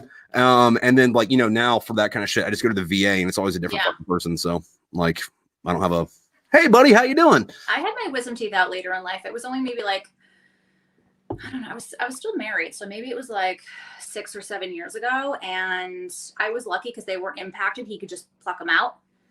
But it was still like those first 2 days, like my mother came and stayed with me, and like it was just awful, like recovery and the drugs they put you on and everything. And I turned around and my mother had ironed everything in my house, and I was just like, it's just too much. Yeah, no, I was in boot camp when that happened, and immediately afterwards, all right, so we know you're on drugs and you can't eat, so here's some mashed potatoes and some water. Get on your fucking face. Yeah. My dad had his wisdom teeth pulled in the Navy too, and I don't know what happened, but they didn't pack him correctly or stitch him correctly, and like his roommate, like his bunkmate next to him, my dad, his whole pillow was covered in blood, and it was like a whole thing, and like they did not do a good job. Yeah. I mean, this was in the 70s, so. Yeah, I'm also pretty sure that, like, all the military doctors are people that couldn't, like, make it in the real world. And they're like, all right, well, you know, they have to pay me this if I show up, and I can't get fired for whatever. And malpractice is not a fucking thing. Right. So, I think that's how they get there. Dude, same thing with the fucking doctors, man. They are fucking terrible. Like, the, like, enlisted, like, actual dudes, which are technically just glorified fucking nurses, like when they get out, like they don't have the credentials to even be EMTs. However, I've seen fucking like some people like MacGyver people back together. Surgery, yeah. Like shit. Like there's this dude that got shot in the neck, and our doc like put a tube up into his brain and like down into his heart and like hand pumped it and like duct taped him back together. But this side of the fucking lake, I'd go in and be, hey, listen, I have this like really bad thing in my throat. It's going to this thing. It's red. There's a lot of like goo back there. I'm bleeding in my throat. And they're like, stop eating so many spicy foods. Stop putting hot sauce on your shit. I'm like, can I get a second opinion? No. So I'd go away. And like 2 days later, I come back like, I'm dying. And they're like, oh yeah, you have strep. I'm drowning in blood. Yeah, you have strep and it's really bad. Why the fuck didn't you come in before? I'm like, I was here. What? Check your records. Fuckers. That's funny. Fuckers. Like I got to the point where it's like, dude, listen, I'm just gonna fuck with these people because like I'm not getting what I need anyway. So I mean, I'm technically getting what I need, but not a fucking ounce more. So I'm gonna make at least being here like, but not anything like helpful. Yeah. So like it's stuff like I'll like needles, getting blood drawn, all that shit, like completely fucking impervious to it. However, I will pretend like I'm fucking hyperventilating and freaking the fuck out just so that like it stresses out whoever's there because why not? Yeah. You know, it's so funny because I was just telling my friend the other day, like I could stick my face 60 times for Botox and fillers, but getting a blood test is like the end of the world for me. I'm like sweating, I'm shaking, I'm like, what are you doing? Can you use a baby needle? But I could like just stick over, I don't care. So is that like a it's okay to go in but not come out thing, or? I don't know. It's just it's all about the needle. But you know, the doctor that does my Botox, he goes, you're the only person that smiles when I bring the needle out. I'm like, I don't know. I get excited. But then I have to have a blood test and I'm like, can I call my mother? Like I can't, I don't know why it's so different, but I don't know. I just feel like fear is going to hurt more or I don't know. Or it might be because deep down you actually know that the blood testers is actually a pyramid scheme ran by Dracula and his bloodhounds. And they're not really the way they're testing your blood isn't with like a computer or a machine. Like they take it back and there's some vampire that goes, yes, good blood. Nah. You've got too much cholesterol. Well, that I know. But I get a physical every year, and every year I have to get a blood test. And I'm just like, it's like the end of the world. But I can go twice a year and get my face stuck 60 times, and I'm like, plump on my lips, do my face, do everything. I love it. All right. I mean, like, very weird. Do you think it might be the pinch? Because it's a Botox needles are usually smaller needles, though, right? They're not like that gauge. I mean, you still feel it, but I mean, they have to use a baby needle on me because I'm like so annoying when I go for a blood test. And sometimes they can't get my vein. They have to dig around, and I feel like that's part of the problem. Like, but, yeah. So I have a buddy that's in pre-med, and he was taking a phlebotomy class, you know, the thing. And I was talking to him on the phone, and he's telling me about it. And like, I'm half deaf anyway, and I hate talking on the phone, and I can't understand what people are saying. So I thought he said lobotomy, and I'm like, wait, you're taking a what class? He's like, oh yeah, no, we just like bring students in to, you know, take them in, you know, shove the stuff in, and blah blah this, that, whatever. I'm like, that's fucking illegal. What the fuck, man? And like, I start like freaking the fuck out, and he goes, what did you think I said? I was like, lobotomy. And he goes, no, phlebotomy. There's an F in front of them. I'm like, oh. So my mom used to teach, she's retired now, but she used to teach phlebotomy to the nursing school. And she ran the lab at our hospital, my hometown. But she used to like teach people how to like draw blood. And I'm like, I don't understand how that works. She's like, I'll do it to you. I'm like, yeah, good. No, thanks. I didn't go to nursing school. You're good. Thanks anyway. No, I do not want to be your guinea pig right She's now. like, it's so easy. I'm like, oh. No. Well, if it's so easy, do it to your damn self. How about that? Thank you. Yeah, no. But she used to send me, she's like, if you have to get a blood test, you tell them to use this gauge needle, this way, and this hand. I'm like, okay. Yeah, thanks. I'm out. The only perk I had. The other thing that was like one of my best friends is a corpsman, so you know, medic. But we would get like super fucking trashed, and then like on a weeknight, and then like before we would go to bed, like we'd like gank IVs. And then just, you know, IV up and like, you know, rehydrates you, get like you skip the hangover. Like you go straight. I definitely want someone to come to my house and give me one of those IVs for a hangover. Yeah. They're like, right. Done with it. But I think there's businesses that do that now. I can get someone to come to my house. I'm definitely doing that. Really?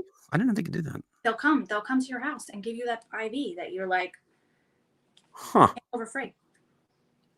I hope whoever decided to do that has $1 million from it. Me too. Like they deserve it. That's a service to humanity. Yes, because I will pay anything not to feel hungover. Yeah. But I was at this party. To be continued, because I'm going to do it and I'm going to tell you. Okay. But I was at this party in where the hell was I? Wichita Falls, Texas. It was like after I got out of the Marines and I was like driving across country, and I stopped at one of my buddies' houses, and it just so happened that I had a lot of friends in the area anyway. So like we ended up having this like huge house party with like everybody, half of everybody I fucking knew, which is weird in its own right.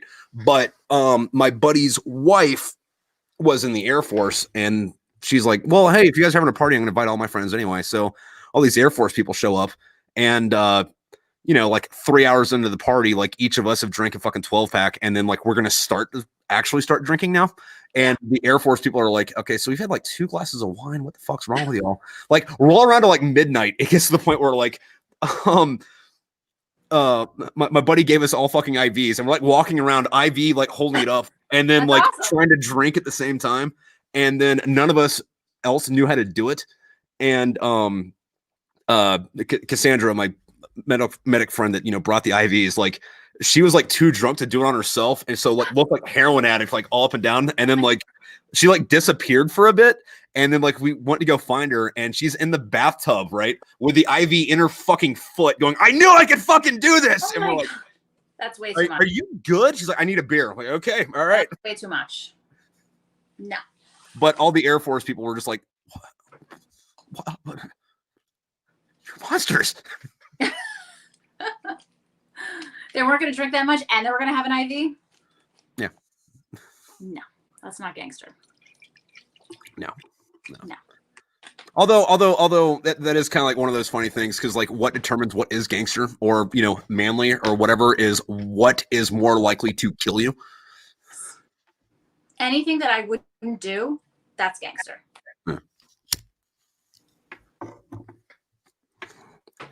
It's like one of those things where it's like, I don't want to do this, but I want to be able to later tell people that I did. And the only way to be able to brag about this is fucking doing it. So, all right, I'm just going to bite the bullet and let's go. Yeah.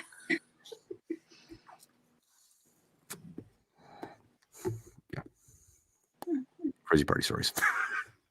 So I like your jacket. What's going on that jacket? Like I've always had like a patch jacket in one way or the other. Like I started with my dad's, and then I had one in high school that had a few patches, and then I had one other jean jacket, but all the other ones are like actual jean jackets, not this stuff.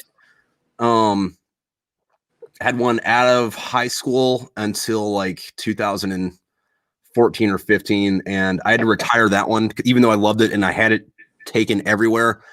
But like the patches became functional. Like I had to like sew shit into the back of it so that like it didn't fall apart. And I was like, all right, well, I'm gonna hang that up. And I had a third one after that, but they're all over here right now because it turns out mannequins are like super fucking cheap on Amazon. So instead of just putting it in the closet, throw it on a fucking mannequin. And there you go.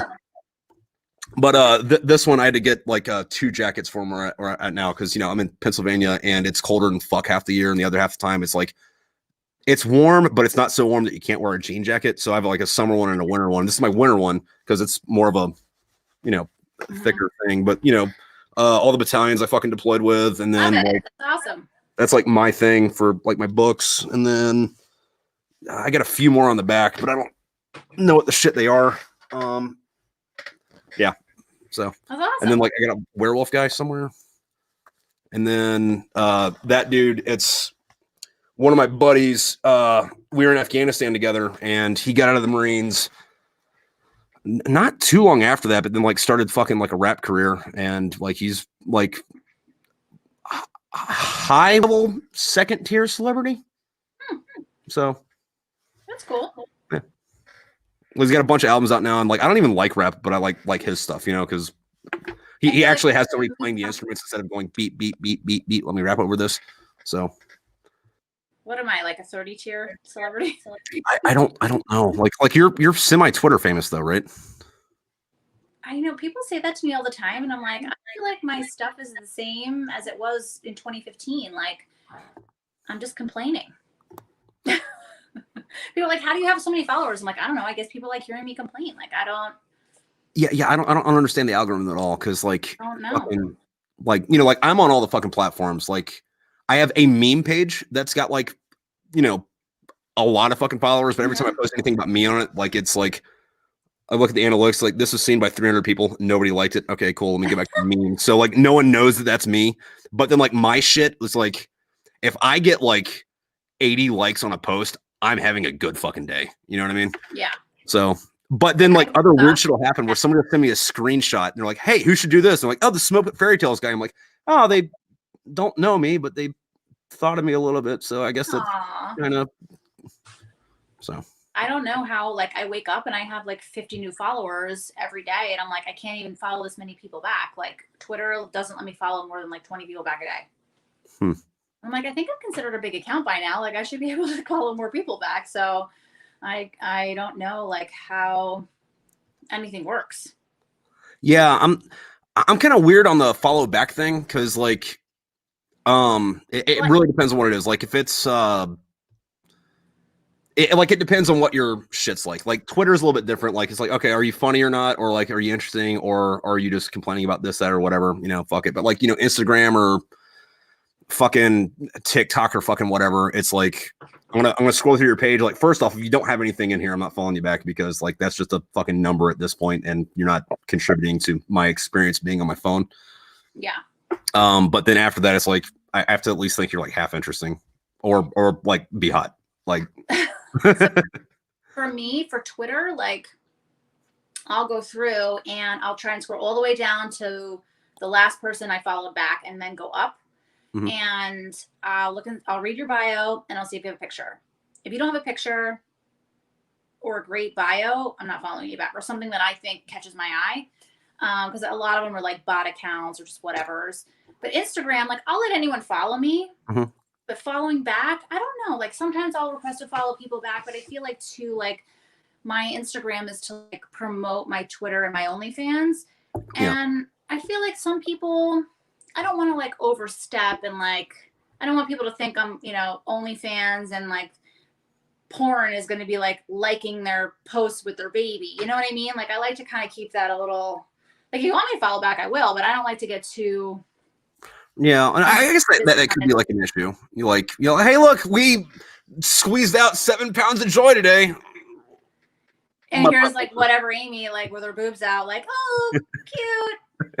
Like I don't like to overstep on that. So if people want to follow them back, I happily will. But like even if I follow them, I don't really interact too much because I don't want to like draw attention to, because I know there's a lot of like married guys that like my OnlyFans or whatever. Like I don't like to, I don't know. Yeah.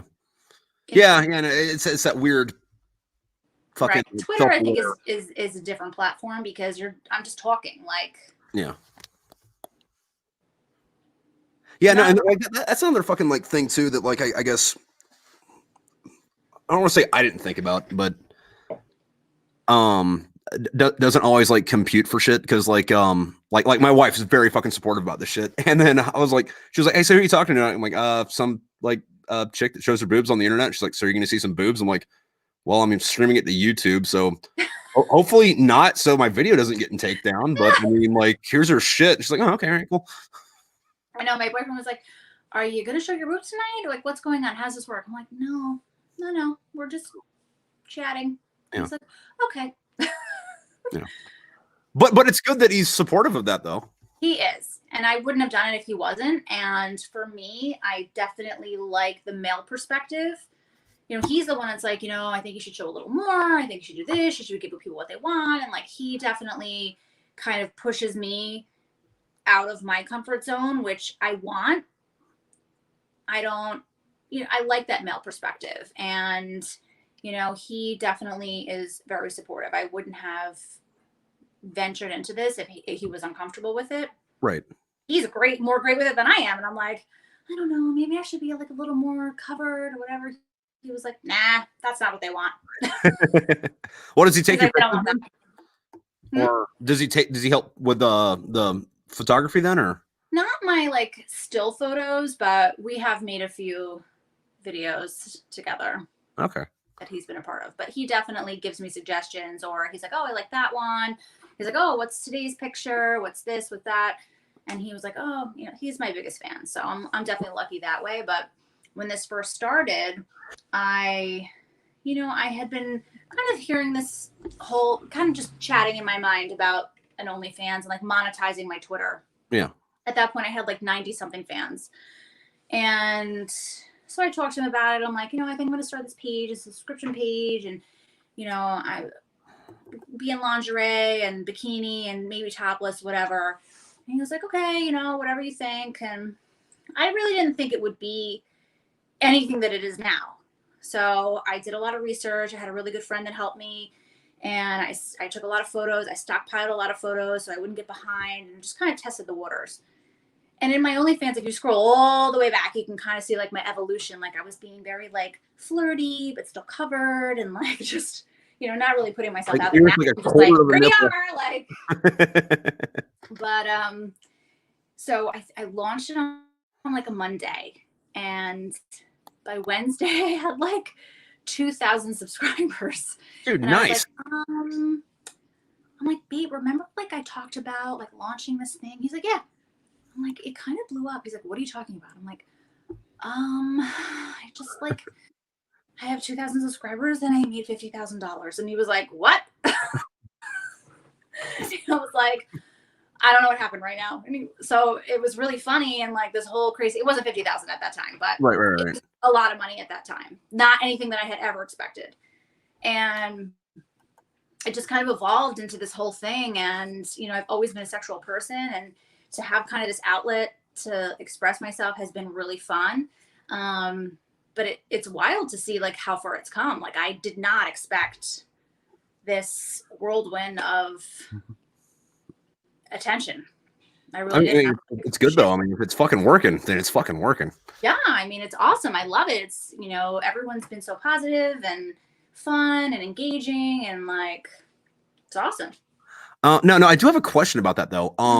Does OnlyFans tell you who like your subscribers are, or like is it they just send you a check and be like, no, I can see every single person and I can interact with them. They can message me, they can tip me, they can make comments. It's kind of like Instagram, but it's like a subscription Instagram. Yeah.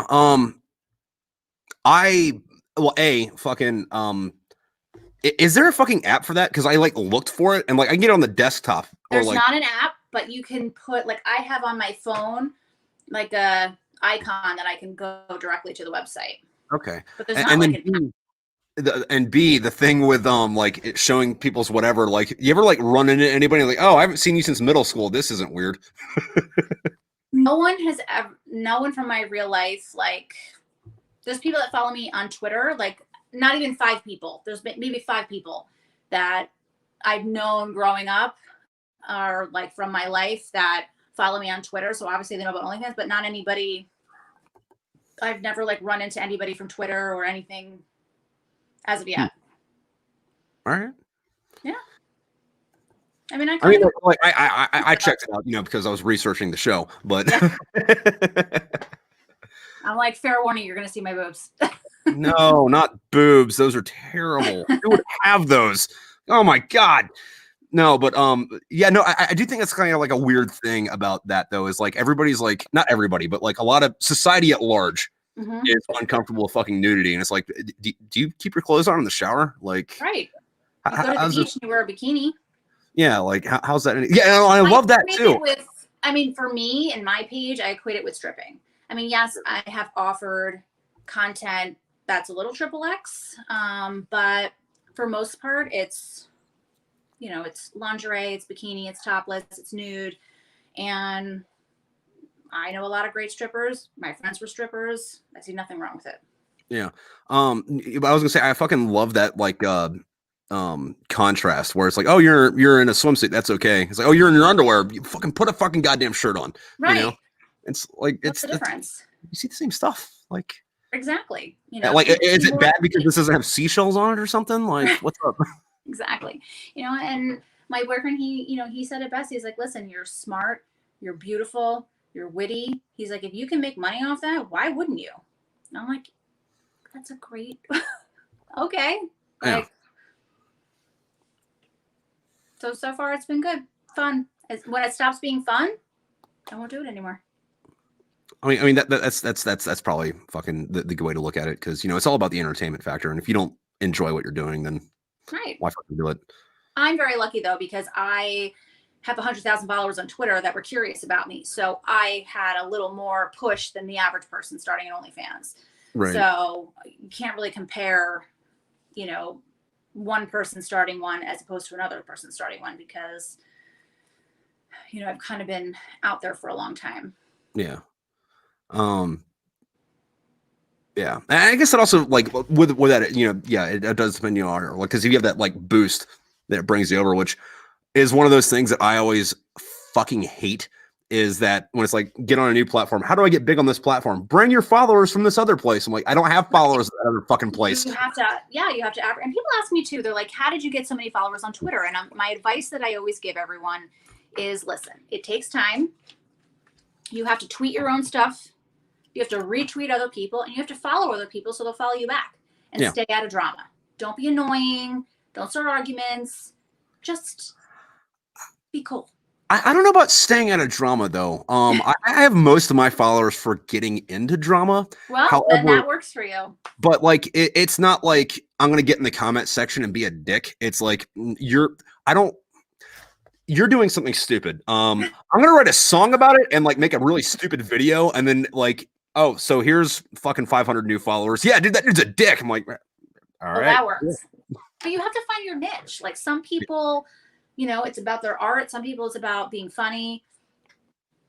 I don't know. Me, Yeah. it was kind of about being like sarcastic and complaining about my commute and everything else. And it just kind of morphed into, you know, but I also don't advertise my OnlyFans a lot on my page because I like to keep the integrity of my Twitter page as what it always was. So like, Right.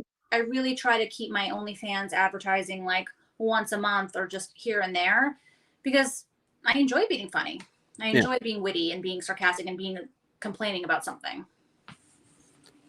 Well, this could have taken a weird turn on that I though. love complaining. No. If it went back a little bit more, because like you were saying that like you start off on Twitter just complaining about being stuck in traffic. Like instead of like whatever Amy, if it was like traffic girl Amy, and then it's like, all right, I'm gonna start with OnlyFans, but it's only gonna be in cars. Mm-hmm. I had somebody out request the other day. They're like, "You should do a masturbation pic in a crowded parking lot in your car," and I'm like, "Okay, maybe I will." Like, I don't. People have interesting things that they give me suggestions, and I'm like, "That's interesting. I never would have thought of that." Well, I mean that, and everyone's got their kink too. Like, Yes. and more like first off, no kink shaming, but yeah, everyone's like weird personal experiences are way the fuck different. Like I know that there are people out there, like there's this whole fucking thing where it's like people get off by someone else printing out a picture of somebody and then like jerking off on it. And it's like, cum tributes. yeah. Yes. Yeah. Like I have no idea why that's a fucking thing, but it's like, dude, they're like, "Do you want to cum tribute?" And I'm like, "No, thank you, but it's not my thing." Some people, it's their thing, and they like that. Don't waste your energy on my picture. Yeah. Like just do it at home quietly after you give me my $5. I applaud that that's what you like, but it does nothing for me. Yeah. But you know, I've had people ask me to do like a video smoking a cigar. Dressed as Monica Lewinsky. Right. You know, I've had a lot of things that were just, you know, not super out of the ordinary, and then other things that I was like, you know, nothing that I had to be like, I can't. So nothing like I need you to go like rent a reindeer and dress up like Mrs. Claus, and while you're riding this reindeer through the woods. That seems like very active for me. It's like that's a lot of if work. It's cold out, I'm not doing anything. Yeah. I don't do the cold. Well, I mean, it gets cold in Jersey, right? Like I know, but it's 50 degrees right now in December. That's why I'm golfing. If it was anything lower than 50, forget it. But I'm also golfing with like 4 layers on. Yeah. So I saw your video on Instagram earlier. You're answering questions, and there was one about like banging on a golf course, and it's like, well, I mean, like there's holes in a golf course, and you have holes. Like there's a pun that can be made there. Yeah. I guess that was a hole in one. Yeah, I'm like, it's so rare that you're on a golf course without people behind you and people in front of you. Like every once in a while on my OnlyFans, I'll be able to like do a flash or like show my ass or something, but like it's like 2 seconds. Like I don't know how people are having sex on a golf course. Yeah, and like at that though, is like, are you even taking a photo, or is it like, hey, put it on video, let me do this real quick, and then like screenshot it? Because no, we'll take a photo. We'll take like 1 or 2, like quick. You know, if we can kind of duck over, like no one's paying any attention. But to have sex on a golf course, like it would have to be a really empty golf course. I mean, like I've had sex on a golf course, but like I was like 17 and it was at night and no one else was there. And right. like, I mean, who's playing golf at night? Yeah. Although, like, fucking, I'm sure if someone hasn't done this, I'd be surprised. But like, glow in the dark fucking golf balls and doing it that way, like that'd be cool. I know, but to light a golf course? No, like in the dark, like you get like a super glow in the dark golf ball and just have fun. Like the flag at the fucking hole is glow in the dark too. Like, well, you could probably do that. Yeah. But it's when you're trying to get to the flag. Like a lot of, you know, you have to go like 90 degrees.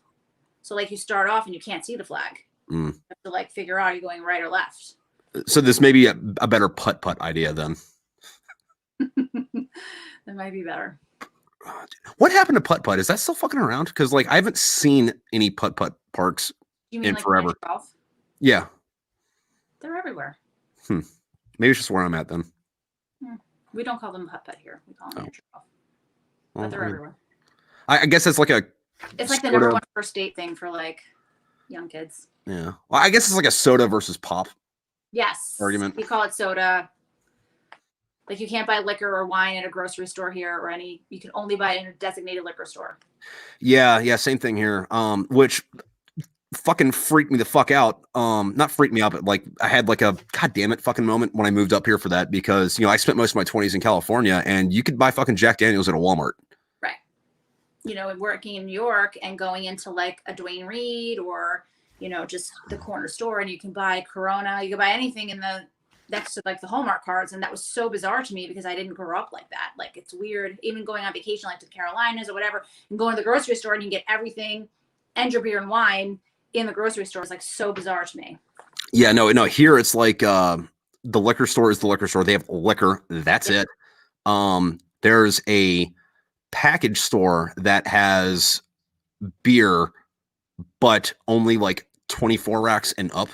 And then if you want like a 12 or a 6-pack, you have to go to a gas station. And then it depends on which one you go to, whether or not you find wine. Right. Well, you can only buy hard liquor till 10 o'clock. But if a bar is open, you can buy packaged goods at the bar. Yeah. Liquor laws are fucking stupid. It's weird. But also when COVID hit, there was like talk of the liquor store like getting shut down. And like that was the first time I had to wait online at a liquor store to get in. Yeah. It was wild. Yeah. Mm-hmm. Okay, so speaking of that and cocktails, what's your favorite mixed drink? 7 and 7. Okay, all right. I like this thing where you mix Sailor Jerry, or you can get away with doing it with Captain Morgan and Dr. Pepper and Grenadine. Oh, that sounds good. Yeah. My dad drank Seagrams, so I drank Seagrams, and whenever we go to a Navy wedding, they always have Seagrams, so it works out. But I like all different whiskeys. Yeah. But when I'm home or whatever, I'll just drink wine. I'm not picky. I'll drink it out of a box. I don't care. Yeah, no, like drinking it straight. Like, I would be on the Jameson fucking bandwagon. I'm not big on bourbon. I'll bring that, especially if I'm cold. Mm-hmm. I'll, have a couple shots to get me warmed up. Well, I mean, like, yeah, that. Like, I'm not big on bourbon, but like, I'll drink it. I kind of hate rye though. I don't mind bourbon. I don't mind rye. Scotch, certain scotches I don't mind. I cannot do tequila. I cannot smell it. I can't be anywhere near it. I can't. I can ingest tequila. Everyone else around me is going to have a really bad time though, because I do this thing where when I drink certain things, I completely lose all my morals. And I am one of those people where it's like, all right, so I'm in a relationship, so I'm not going to do anything stupid. However, I am, for my own entertainment, I'm going to make you do something stupid. And you're going to text me the next day saying that, hey, you changed your name or my name in your phone to Satan because I was a fucking asshole. And I don't know how that chick gave me poison oak, but that's funny. But yeah. No, I think once I start getting like drunk, I start like repeating myself, or I start like conversations with like anybody who'll talk to me. And then if I get really drunk, then I'll like pick a fight with my boyfriend. Like, how dare you have a girlfriend before me? You're your own person? How dare you? But for the most part, I think I'm a happy buzzed person. Yeah. Which is what you want, because like I always hated that fucking lie they told you when you were a kid. Oh, so there's only two things that happens when you drink: you get really mad or you get really sad, and those are the only things that happen. Don't drink. No way. No. Like I get really huggy. Like if I'm having like not tequila. Yeah. No, I'm not a hugger, but I'm definitely that girl in the bathroom. It's like, I love your hair. Your outfit is so nice. Oh my God, I love those shoes. Like, that's me. Super annoying. Or like if I'm mixing a bunch of stuff, like, hey, look, we're at a bar, so we're gonna do some shots of this, and then the in between have some beer, and then do some shots of that. I'm nice, happy, good, fucking, hey, we're gonna talk about this, that, whatever. But like, I also have a switch to where like if you cross me, I become a vindictive asshole. Like, We were at a bar last year, and it was me, my wife, and my buddy from out of town that came up, and we're drinking. We're fucking having a good time. And this dude shows up, and he went to like high school with my wife, right? Mhm. And they start fucking chatting. I'm like, oh well, cool. Fucking she found an old friend or whatever. And then fucking my buddy's like, dude, I think that dude's hitting on your wife. I'm like, dude, I don't really care. Right, Like you're she's not not worried. going, yeah, like I'm not worried, but Right. like, but then at the same time, I'm like, yeah, I kind of have to hate you now because like, dude, I'm right here. But at the same time, like, I'm not worried. I'm just gonna like let that fester a little bit. But you should still be respectful, like. Right. Well, and he wasn't being. Yeah. But he fucks off, right? But then he comes back later and he goes, "Hey, let's do some shots." And we're all like, "Nah, we're good." And I'm like, "No, dude, we're good. Like, we don't do shots." See you later. He's like, yeah, and then he says, "Well, don't be a bitch." So I'm like, "Okay, let's go do some fucking shots, right?" So I walk this dude to the fucking bar, right? And I'm like, "Hey, barkeep, give us 4 shots of Jack Daniels." And he's like, "Well, I can't do Jack Daniels. Anything besides Jack Daniels, but I can't do Jack Daniels because that, like, well, whatever." I'm like, "Okay, I'm sorry about that. Nix that. Give me 4 shots of Everclear."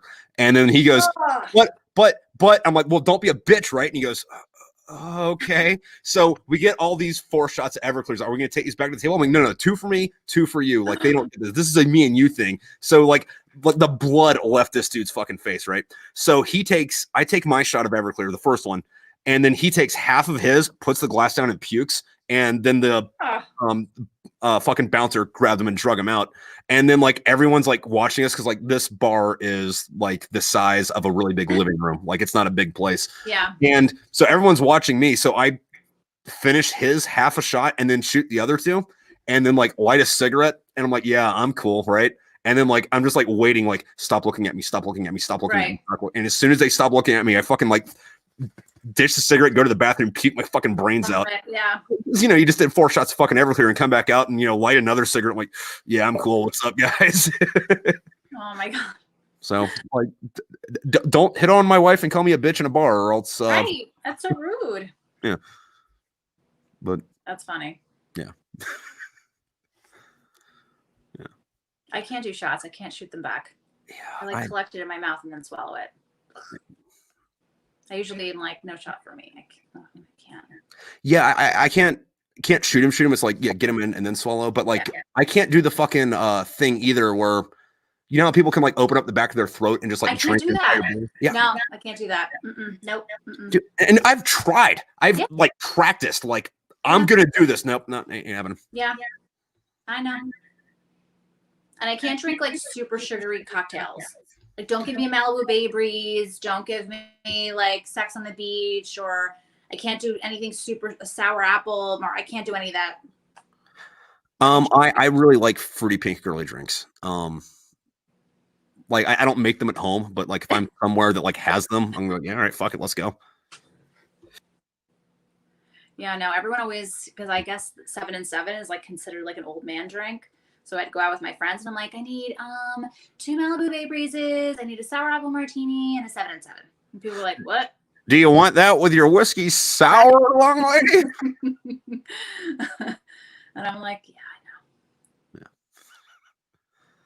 Yeah, no, like so there's this place called Palm Springs. I don't know if you've been there or not. Yes. So Palm Springs, like biggest fucking gay fucking town on the fucking planet. So me and my station about an hour away from there. So me and my buddy, what we would do is we get a hotel room there, and then we just go like bar hopping, but we pretend like we were dating, so that like we'd go into a bar like holding hands and like try to order a beer, and like kind of act a little awkward, and then like 2 like 50-year-old fucking gay dudes would be like, oh, such a fun young couple, like, I remember being young and in love too, and they're like, yeah, me too, let's buy you drinks all night. It's like, okay, and then like get old gay dudes to buy us fucking drinks all night. It's fucking great. Perfect. Yeah, that's a good scam. I like that one. Oh, dude, yeah, like I fucking love that though, because like I've been on the other end of that. I was like, dude, you're hot, let me buy you a drink. They're like, okay, drink half of it, all right, see ya. And I was like, oh, god damn it. Yeah, I wish I could do that. And it's like, oh dude, I found a gay bar, guess what I'm doing. I remember going out and cutting the line and having people buy me drinks all the time. Those were the days. Then I just had to like wear a low cut shirt and that would be fine. Yeah, well, I mean, that's the way the world works, right? Like everybody likes boobs, and it's like if I get the kind of like side eye that So anyway, what's your name? Where are you from? Yep, that's pretty much how it works. Yeah. They just kind of lead the way. Right. Well, both figuratively and literally. Yes. Very true. So, as a creator, I also really hate it when like you do something and people are like, hey, dude, do you know what you should do instead? And they give you their idea for shit. And even though I hate that, I'm gonna do that right now. When the next Top Gun movie comes out, you should get like little fake like toy missiles and then like stick them to your boobs and then like do Top Gun shit. I like where you're going with this. Yeah. I feel like it's a whole genre we can do, a whole theme with Top Gun stuff. I'm very excited. So when this is actually going to happen, I'm ready. Yeah. And once again, fucking wait till COVID's over. I don't want to wait, but I fucking will so I can see it in the fucking theater. Agreed. I'm gonna eat way too much popcorn. I'm gonna eat like 6 things of fucking Twizzlers and drink more Coke than I have blood. I'll be eating my Goldenberg peanut chews like an old lady. Is that your go-to? That's my favorite candy. Okay, all right. I'm not really a candy person, but if it's not a Reese's peanut butter cup, it's a Goldenberg peanut chew. All right. So like not Twizzlers or Swedish Fish or what are the other ones? Snowcaps. I like Snowcaps Fish, but I like the ones that aren't red. I like all the other colors but red. They make other color Swedish Fish? Yes. Shit, I didn't know that. They're the best. Huh. The best. Well, I've got some investigating to do. That's your homework. Another good one that you can do, or that I've seen people do, like I don't do it, but like if somebody else that I'm eating popcorn with does it, like I'm okay with it. You take M&Ms and you pour it into your popcorn. Yeah. Yeah. There's a lot of things you can do with hot sauce. You can do chocolate and M&Ms. You could do the Reese's peanut butter chips that you put in chocolate chips. There's a lot of things you can do with popcorn. All right. What are your thoughts on fucking like the Christmas cold popcorn tins where it's like one's caramel and one's like supposed to be cheese, but like it's just powdery? I mean, I'm a popcorn fan, but I love the kettle corn or like movie popcorn, but like I would never buy a popcorn tin. When my brother was in Boy Scouts, he used to sell the popcorn things. Like we'd be overrun with popcorn, but how much popcorn does one person need?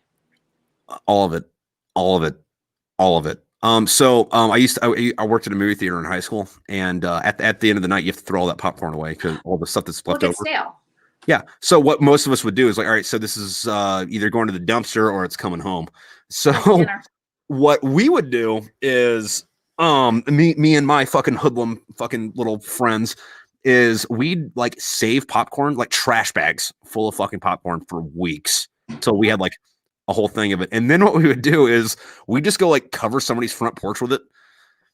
Or there was a couple times where you'd be walking around and we found a car that like left their sunroof open and we filled our car with fucking popcorn. That's really funny. But we did it to this one dude that we went to school with, right? And we're like, we're so cool. We're fucking this dude's car with popcorn.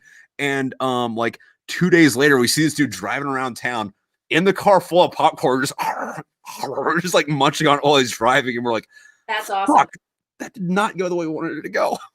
We pulled a prank on somebody that I used to work with, and we